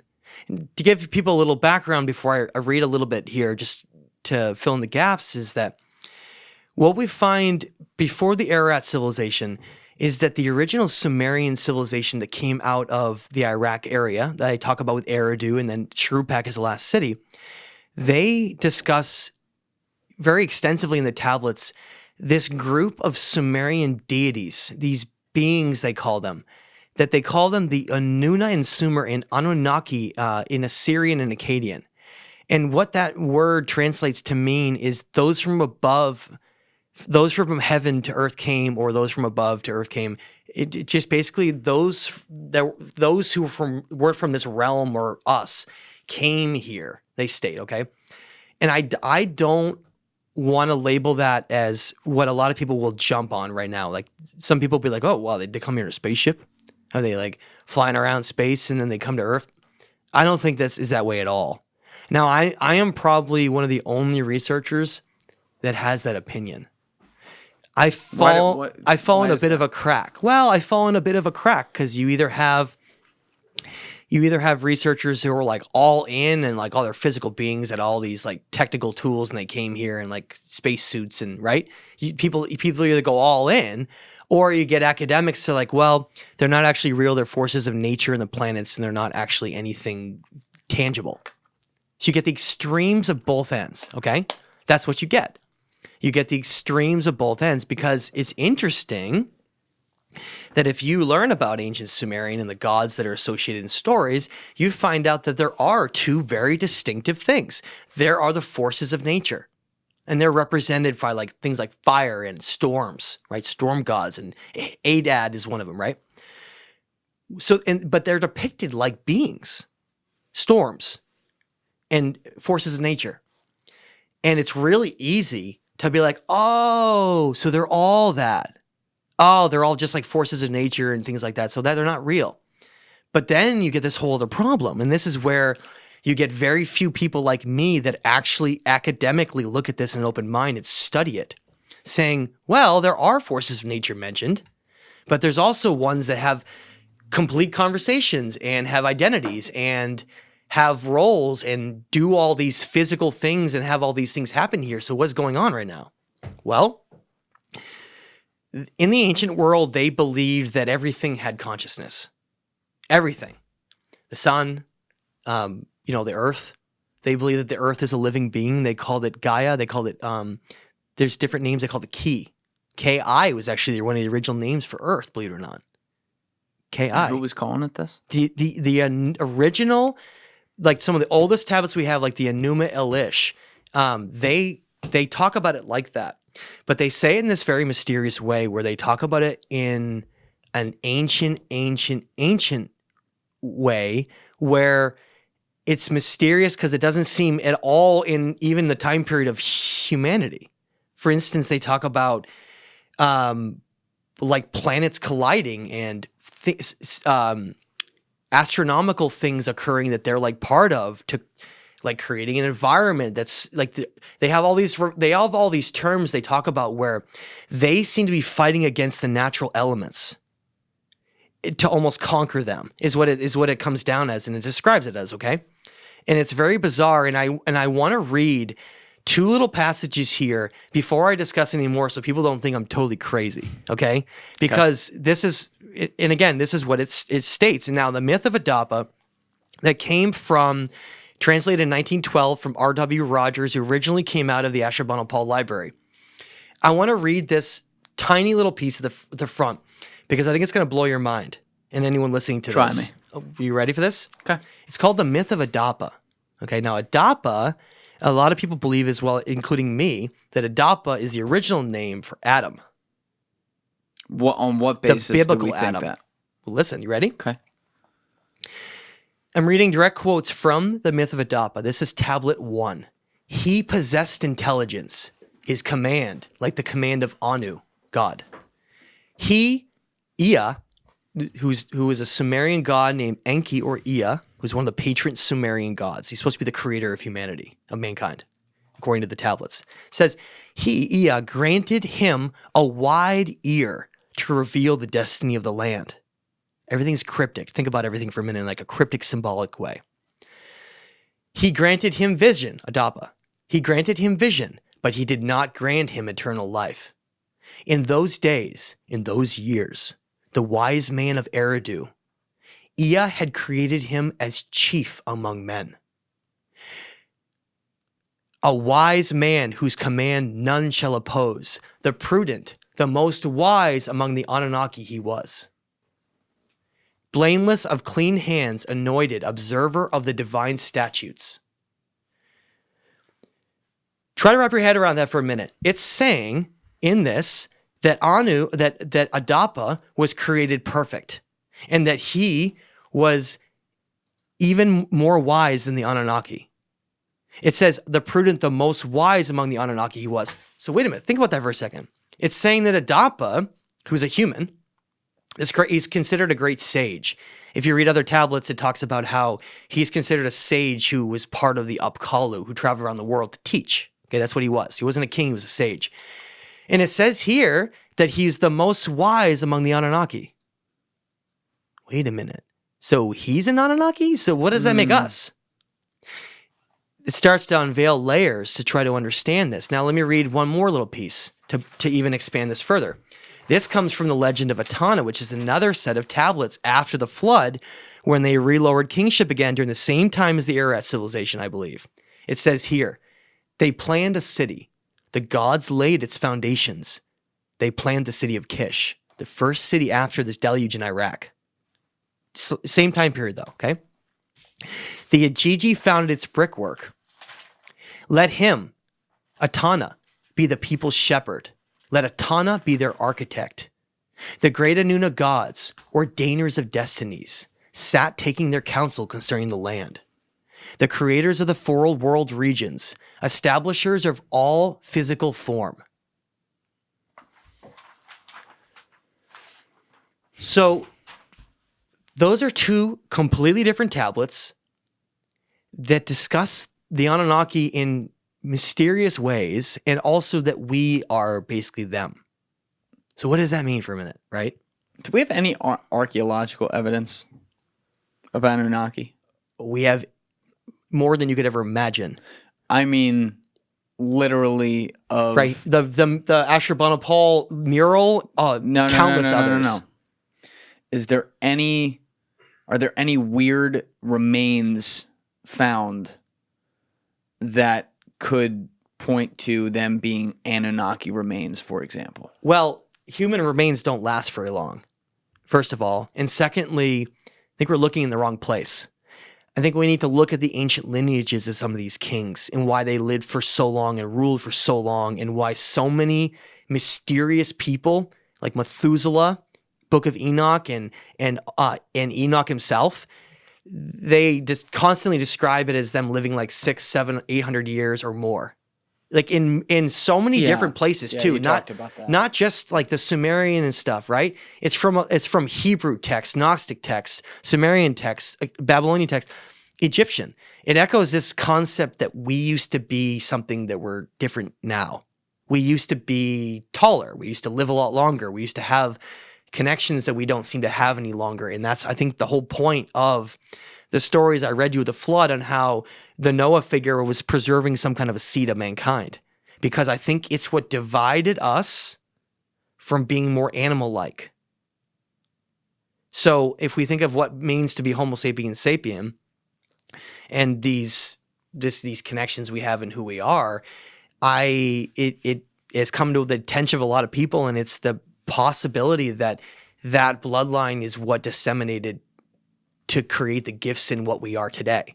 But it gets back to what we originally read, because it says that Adapa was the wisest among the Anunnaki, which means that we are the Anunnaki.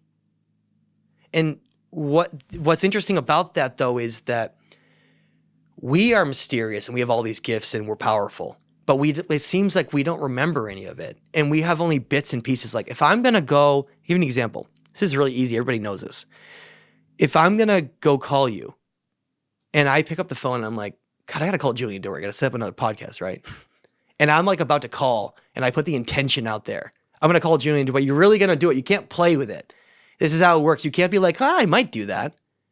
If you set your intention on something like, I'm going to do this, and you pick up the phone, you're going to do it. A lot of times the person on the other end, and I know this happens to a lot of people, they'll be like, whoa, why did I just get a thought of Julian Dorey in my head? And then the phone rings, and then it's you calling, or me calling, vice versa, right? Yeah, the weird subliminal messaging. What are you doing there? What's happening there? Break that down for me. I think about that a lot. It's because we have telekinesis, we have gifts within our mind and energy, within our consciousness, that are not fully unlocked and understood. It's like we forgot all those things, and then we're trying to remember them and unlock them again like they're dormant within us. All right, bring this back to Anunnaki now. Well, we seem to have had all these divine gifts, and we were this certain type of individual, and it's discussed how it was almost some texts like the Book of Enoch consider like the Nephilim, like the cross between them and giants, they call them like an abomination.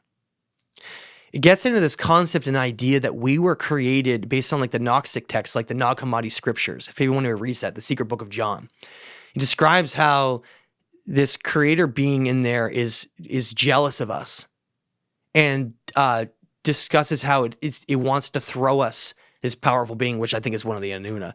It wants to throw us into like it says the lowest form of matter as like a punishment for us. Because there's a jealousy inherently in who we are. But go back to that what I just read. Remember, I just said, a wise man, the prudent, the most wise among the Anunnaki he was. What that means is that we were created to potentially be greater than them. I think we are them. I think there's even a possibility they're somehow related to us in the future. But you're saying a Dappa is human, but more the connotation there is that he's more perfect than the Anunnaki. Which is where the jealousy came in originally, because it's saying that we were created, which is the Adam and Eve story. Which would mean they're human, though, too. No, which means we're them. Yes. Right. Yes. Yeah, exactly. yeah. Yes. Okay. But I don't. So there's no separate. That's what I was trying to get so at. what There's are no they? separation. Let's get down to the core of what they are then. Okay. I think they're us, but like a million times more advanced.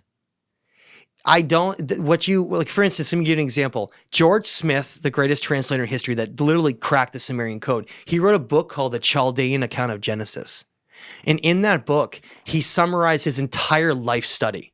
It's literally his life's work. And at the end of the book, he has a conclusion where he summarizes, as someone who's read more tablets and studied more than anyone else in the world. And he summarizes on his thoughts about the Anunnaki. It's really wild, actually, at a time when academics would never even touch it or talk about it. And this is the 1800s. Maybe that's why he was able to do it. But I encourage anyone to read the very end of the Chaldean account of Genesis, and I've saved it and highlighted it all in my book, and I read it all the time. But he basically says that the only thing that makes sense to him about the Anunnaki is that they come backwards. He says this words exactly. He says, they seem to come backwards and forwards in time, in Earth's time, for specific reasons. What did he mean by that? That's all he says. And then he goes on to say that he doesn't necessarily believe the King's List because they're too long and it's like beyond our comprehension to How add would they it up. come backwards and forwards unless they were Time traversing travelers. the multi? Yeah. Yes. Okay, so now we're getting into where I really think we need to go, because we need to stop thinking about like alien ships and little gray aliens and stuff. Let's stop doing that. But hold on, back up for a minute. Okay. This and time travel is all a hypothetical, I know. theoretical physics. I know that. Right? Yeah, I know.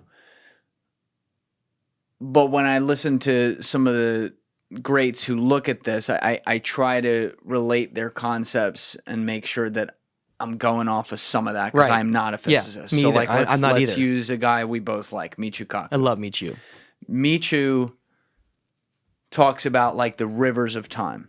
Right. So, meaning the best example, I've used this a ton on the podcast, so apologies for repeating. But he says, for example, if you went back to April 1865 to try to stop the assassination of Lincoln, and you stop John Wilkes Booth from doing Right. it, you are not changing the multiverse reality that you came from. You are creating another loop Yes. that is an estuary from that river, Yes. if you will.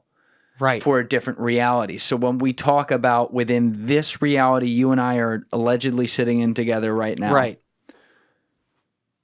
if the Anunnaki are traveling forwards and backwards, when they're traveling backwards, they're affecting other realities that we're not in right now. They talk about it too. They talk about But why would we be talking about it in this reality if we didn't? You see what I'm saying? Well, I totally understand. I think it comes to karma. It loops right back to our discussion earlier about karma. In the Atrahasis, there's this bizarre line. The Atrahasis is the Noah figure who actually it's his set of tablets. He has his own set of tablets called the Atrahasis. My favorite set of tablets of any of them. And I would consider them the most important of all the tablets, the Atrahasis. In that is the most peculiar line, and I can say it off my head because I know. I don't have to read it. There's the most peculiar line of anything ever said in any tablet. Like peculiar, and it ties in exactly what you just said. It says in there, Enki, and Enlil's talking to Enki. They're both Sumerian. They're both these powerful two deities that seem to be very much in charge in part of our reality and our history. They seem to be like, this is Enlil right here. His name's Haldi or Haldi. I can't say that. I'm not going to say that's going to hurt my throat every time, but we'll use a soft H. It's the same thing. And what he says in that is he says, Enki, where you went, and you can find out where he went through the legend of Etana, he went in the underworld.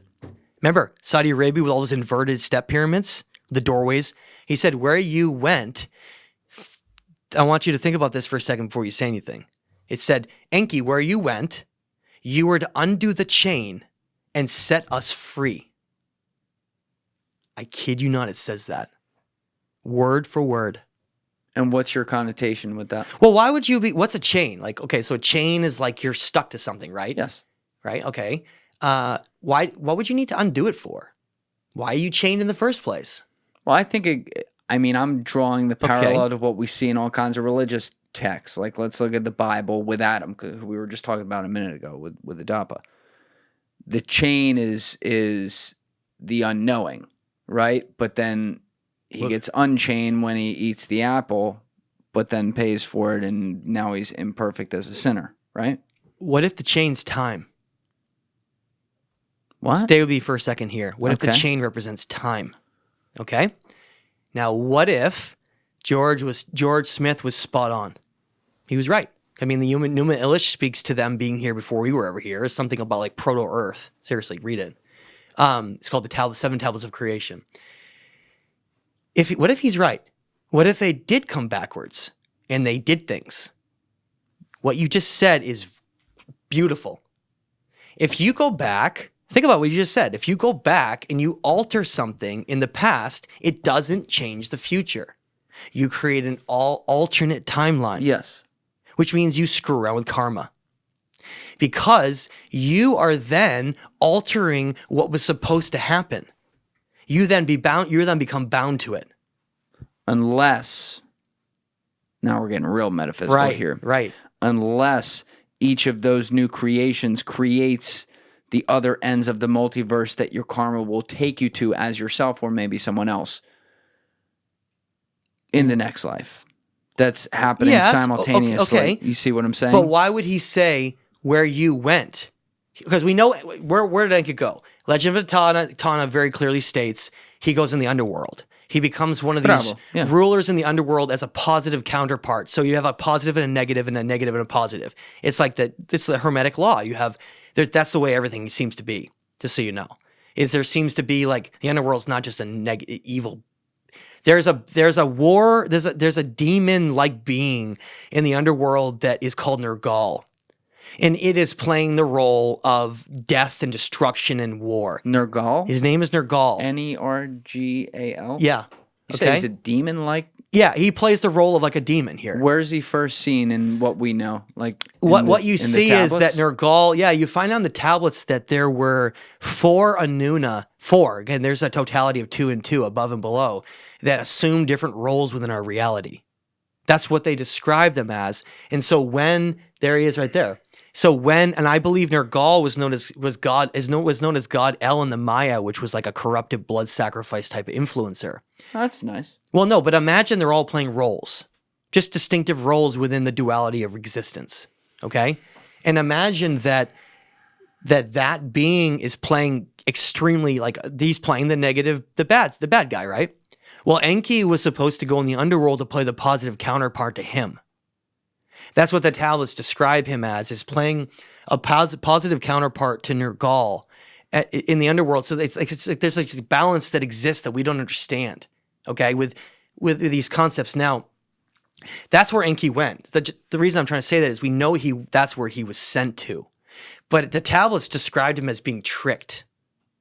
It describes as being tricked to do that and then being stuck there, and that when he says, Enki, where you went, you were supposed to undo the chain and set us free. My theory on that, based on everything I've looked at, is that the Anuna came back in time and altered our future and screwed up their karma and became bound to it.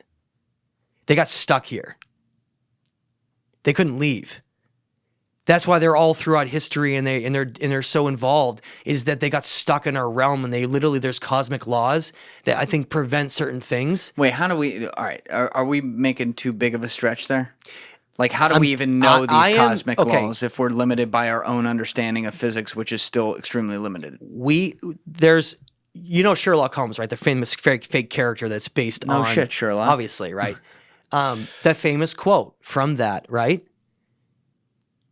When you're trying to figure something out, this is a blanket statement, and I think anyone should use this no matter what in life. Once you eliminate the impossible, whatever remains no matter how improbable, must be the truth. Well, there could be a lot that remains. Well, but what are we knocking out? Well, we know they're not here in spaceships. We know that because we look at the depictions, they're us. They look exactly like us. We know a lot of things, actually, but we just need to put them together. Like, look at that being right there. That doesn't look like some gray alien. It's us. She's got a hat on and wings. And it's the same thing. Eyes, nose, mouth, Right. chin, But neck. Yeah. but they It's a nice hat, though. but they seem to be intricately connected to our future and our destiny, which is why they call themselves the ordainers of destinies. And they seem to be deeply integrated into the paths that certain individuals take here. And like, for instance, the Epic of Gilgamesh is a great one to identify, is that he goes on this journey to find immortality, and they talk about how they get his attention, and then they start like assisting him on his journey. So there's a lot of things going on here, but the ramifications are that I think our reality is really complicated. And I think that we're part of something far greater than we understand. And that these ancient sites and these depictions are all trying to tell us about that mysterious origin, about who we truly are, and about how far our past goes. And this entire game here is so that we can try to forget it and then find our way back. Why would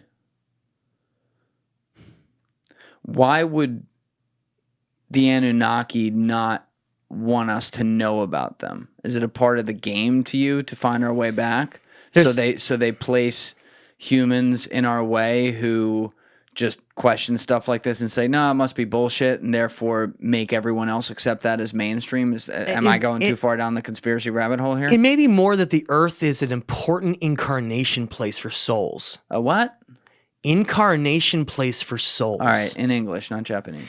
Meaning that, let's say, based on energy, that energy never destroyed, right? It can never be created. It can only change shape, right? So energy is eternal forever. Yeah. Meaning that if our consciousness is just purely energy, then we're eternal beings. But that doesn't mean that the soul is the same level of development as another soul. When you really get in to look at it, and like especially like Hindu texts, you learn that there are levels of souls here. Some are kind of new, figuring things out, and others are old souls that have been and done this many, many, many, many times, right? And we're all here for different reasons. How do you determine what's new and what's old? Well, I mean, you'll have someone who's just inherently wise, very mature for their age, very balanced. They're really different than other people. They seem like they have knowledge that's really profound. And there's but what if they were born into a broken household? Their dad was an alcoholic. They had to take care of their mom. Totally. And then they were self-educated. They had 140 IQ, and then suddenly they learned all these lessons at age 10 that no one else had to. And by the time they were 18, they'd already been a father to their younger siblings, and so they're wise at 25. Oh, that's obviously a factor. But what about what we carry from other lifetimes? There wouldn't be a purpose of it doing it over and over again if we didn't bring something back. What's the point? The point is, it's like a game. I think the game is that we come here and forget everything and don't know anything, and then look, we're in this world where it's like the Truman Show, where it's kind of fake, and we're like, this is kind of weird, right? Yeah. But that's what's so beautiful about it. It's like, can you take this divine being that doesn't know anything about who it is anymore and has been controlled through war and other mechanisms, can it somehow, through the unexpected, somehow make it? It seems like an amazing movie. That's the only way I can describe it. Is so for instance, if you're powerful, if you were omnipotent, you can do anything you want, the greatest thing you would be afraid of would be being bored. Mm-hmm. Being bored is literally the most horrible thing you could ever imagine for anything, because it would be like being in hell, religious term hell, right? So what you would have to do is you would have to create entertainment like we do. And the entertainment, though, you would not be able to know the outcome, because what's the point of watching a movie if you already know it's going to go, right? The point of a movie is that you watch it and you get grabbed into the story, and then a lot of times something unexpected will happen at the end. You're like, oh my God, I can't believe that happened. That's amazing, right? I didn't expect that to happen. I think that's our story. I think it's playing out like it's supposed to, right? Think about our story for a minute. What is our story? Well, if we take the ancients and all the evidence we have, we were somehow divinely created in the universe as some kind of powerful being. There was jealousy then that arose over it, and then we were almost destroyed in some catastrophe that was created, only for us to barely survive.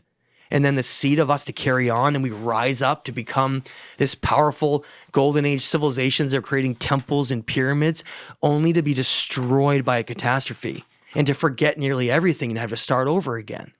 Then, God damn, every time you need humans who survive too. and then all of a sudden, at all costs, when it seems like the most impossibility of all things coming out of things like World War II and then the Cold War with nuclear weapons that can just annihilate all of us, what happens? We somehow make it. What a beautiful story. It is. And I think that our story truly is the greatest story ever told. And maybe that's the point. Maybe. I mean, that's where it gets weird for me too, because we had talked last time about the underground system. What civilization was that in Turkey? Derinkuyu. Yeah. Where they had the shafts, basically. Yeah. And you said this could Living be underground, Yeah, yeah. this could be catastrophe proof. Yeah. They could have lived down here for hundreds of years. Exactly. Right? So every time we've had these catastrophes, if let's say Lawrence Krauss is in the ballpark when he says somewhere in the neighborhood of 100,000 years ago, something like that, is when we separated from the ape gene. And I humans- would say he's more on track than most, right, for sure. So either way, Yeah, 100,000, 150, who the fuck yeah, cares? whatever. It's the same deal, 1, right? 2, somewhere in there. Right, somewhere in there. All the catastrophes that have happened since then, humanity as a species, as an organism, needed to survive. I.e., it Right. couldn't be like the Tasmanian devil, where the Right. last one was in whatever it was, 1933 Right, or something. yeah. Like they're gone. You know, hopefully we're able to recreate that with some science here. But assuming Poor that Dodo, hasn't- right? Right. Poor Dodo. Poor Dodo. But, if each one of those times people survived, think about how advanced civilization got. Yes. And then these few, whether it's, if it's 10, Well, there was definitely indigenous that were surviving too, so it's not just them. right. Yeah. But, and based on where they are in the world and the lack of, or the communication that may have been able to occur based Yeah. on whatever technology was that maybe we don't know about. Let's say, like, right now, here's the best way to put it. Right now, the world ended, and the three of us, along with 10 other people like us, from America maybe, we'll keep it all in the same country, Okay. survived. Think about all the stuff we know. All the stuff sitting in here right now, the technology we're aware of. Yeah, compared to them not knowing anything. Right. Yeah. And none of us are engineers right. in this case. We can't recreate it. We only Right. know about it. So we only know about it. Exactly. How would we teach our kids and make them understand if we can't turn it on? We probably can't. So once No. a generation gets maybe 2 generations away, maybe they're not at zero. Right. They're not at zero because there's some sort of human understanding that's been passed on that they're now going to create new texts and new stories, like their own Bible, Yeah. if you will, or their own ancient Sumerian Yeah. tablets, if you will. They're still at a birthplace point. Right. How many times might that have happened? I think it's happened 2 to 3 times. And I That think is wild. And what's man. crazy about it though is that our story could have ended just like that. And every time it doesn't. I don't think we're supposed to disappear. Why? Well, because we're connected to them. Our looks like our karma, that chain, remember? I think our future is intertwined with theirs. We are them, they are us, we are part of And something. where were they from? That's the question. When you start trying to figure that out, it gets really, really deep. Because I don't think we or they are what most people, even that study it, are. And now let me give you my conclusion that I've had to come to, and it's really difficult to come to this, but again, like that quote I just told you from the Sherlock's home quote, the only thing that makes sense when you eliminate all the other ones that don't is that look at how angels and demons are described in later religions, okay? Right?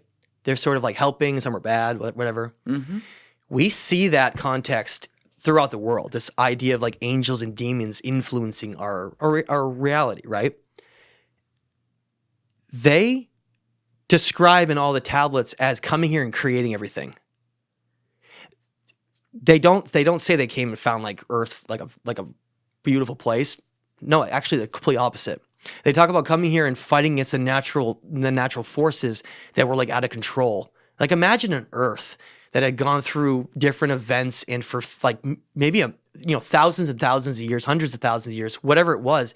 Imagine a planet that was like no life, volcanoes going off everywhere, just like a. And they tamed it. Yeah, imagine a planet like Venus or something, or not having a terrestrial planet though, but that's the only thing that makes sense. Like if you read the Enuma Ish and others, like with George's clip, Chaldean account of Genesis, I told you backwards and forwards, George Smith, it's like they're somehow related to creation in the universe. Let that sit with you for a second.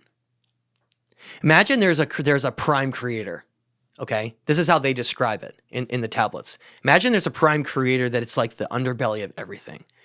The golden ratio, the balance of nature and harmony, and they describe that as being God. That's what God is to them, is nature and the balance in everything, right?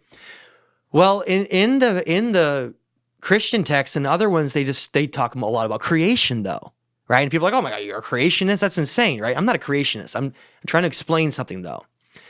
The way that they say it in every time, there's only one way they say it, is they describe it as more like manifesting things here, right? That's what they describe it as. Like they can just create whatever they want. And that maybe the reason why we're so powerful and why I can have a thought to call Julian Dorey and why Julian Dorey all of a sudden has that thought in his head is because we are creators too. We just don't know it and we don't understand it. And we're like children. Creators how? Well, I think we're like children right now. I think we're like children, like you just said. We're like banging on stuff. Like, as a civilization? Yeah, like, as humanity. Yeah, we're like children. And we're like, what does this do? And we're like, I don't care if we have technology here, man. We don't know anything about the universe. We're like, whatever. Like we're kids with big guns. Big nukes. Right. But imagine though, is that we have a lot of things dormant within us, their DNA and within us that we don't remember and that has been lost long ago. If you have a number of, like, let me give you an example. If you are someone who practices a skill like your whole life, you can actually pass that genetically. Athletes have often been shown to pass some genetic skills to children in ways where like they're just really good at baseball like their dad is, right? Sure. Maybe that's a purely genetic thing, but has to do with their hand-eye coordination. That's stuff exactly. Like that. But what if there's a whole nother side of it though? What if there are all these things that we don't remember how to do?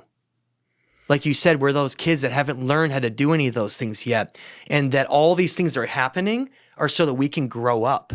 And that part of us living in these lives and being here is to grow up as a soul, because you know that phrase where with great power comes great responsibility? Yeah, Peter Parker's uncle. I think that's us. I think that we're not allowed to achieve what we can until we're ready. I think we're too immature. I think we're too small-minded. I think we're too childlike. And I think that that's a collective understanding of when our consciousness can finally be ready and we can get to a place where we can be. That's your working theory on it. Is that once we can get to that place, we're going to see an acceleration in humanity that's going to lead us down a path that maybe we don't necessarily expect. Like rather than just getting these high-tech spaceships and all this technology, like what if the real journey is about going inward to these high states of consciousness, and then maybe we can travel like anywhere in the universe instantly because consciousness is not localized. And then we're looking at that's gonna get weird. We're going to become. I think we're going to eventually. Here, I'll just throw this out there, but I think we're going to eventually become, or have the choice to become, non-physical and interdimensional. That's what we are at our core. We are interdimensional, powerful creators that the game is like, hey, let's just throw them into a war, chaotic place and let's have them forget everything. Let's see if they can make it back. All right. So here's what I'm going to do. I think we got to be just over 3 hours. Is that about right? Yeah. Okay. I got you here all day tomorrow. Yeah. So we can do another one. Let's stop there. Sure. We'll go get some dinner. We can dig into the interdimensionality argument. That is a whole rabbit hole right there. It's very fascinating to me. People love that stuff, though. I They want really to talk do. all about South Okay. America with you, though. Sure, yeah. You and I have a lot to unpack with the fucking For tomorrow. pyramids. Yeah. Yep. There's a lot that we did not get to today, so fuck it. Let's do it again. Let's do another one. Is that how do we end that one though? I'm ending it right now. This is me on the fucking mic doing it. So let me end it. This guy directed the fucking show. All right, people. So hit that subscribe button. Hit that bell button as well so you get notified when we have the next one coming out. We're going to be putting out another episode with Matt after this one, probably within the same week. So keep your eyes out and give it a thought. Get back to me. Peace. All right, guys, that takes us to the end of part 1 of my 2-part sit-down with Matt LaCroix. This next episode is going to get deep on Atlantis, and Matt is going to take us through a theory that you've seen around the internet a lot and why he actually disagrees with it. We also talked about cataclysms, the Vatican, much more. It's a loaded episode. I think you're really going to enjoy it. So if you haven't already hit that subscribe button, please smash that subscribe button right now. Hit that like button on the video. Also hit that notifications bell so that you find out when the new episode comes out in a few days. And also, if you're into an episode like this, if you enjoyed this one, there is a playlist down below at the top of the description that takes you to similar episodes we have recorded on the show. So be sure to check that out, and I'll see you guys in a few days.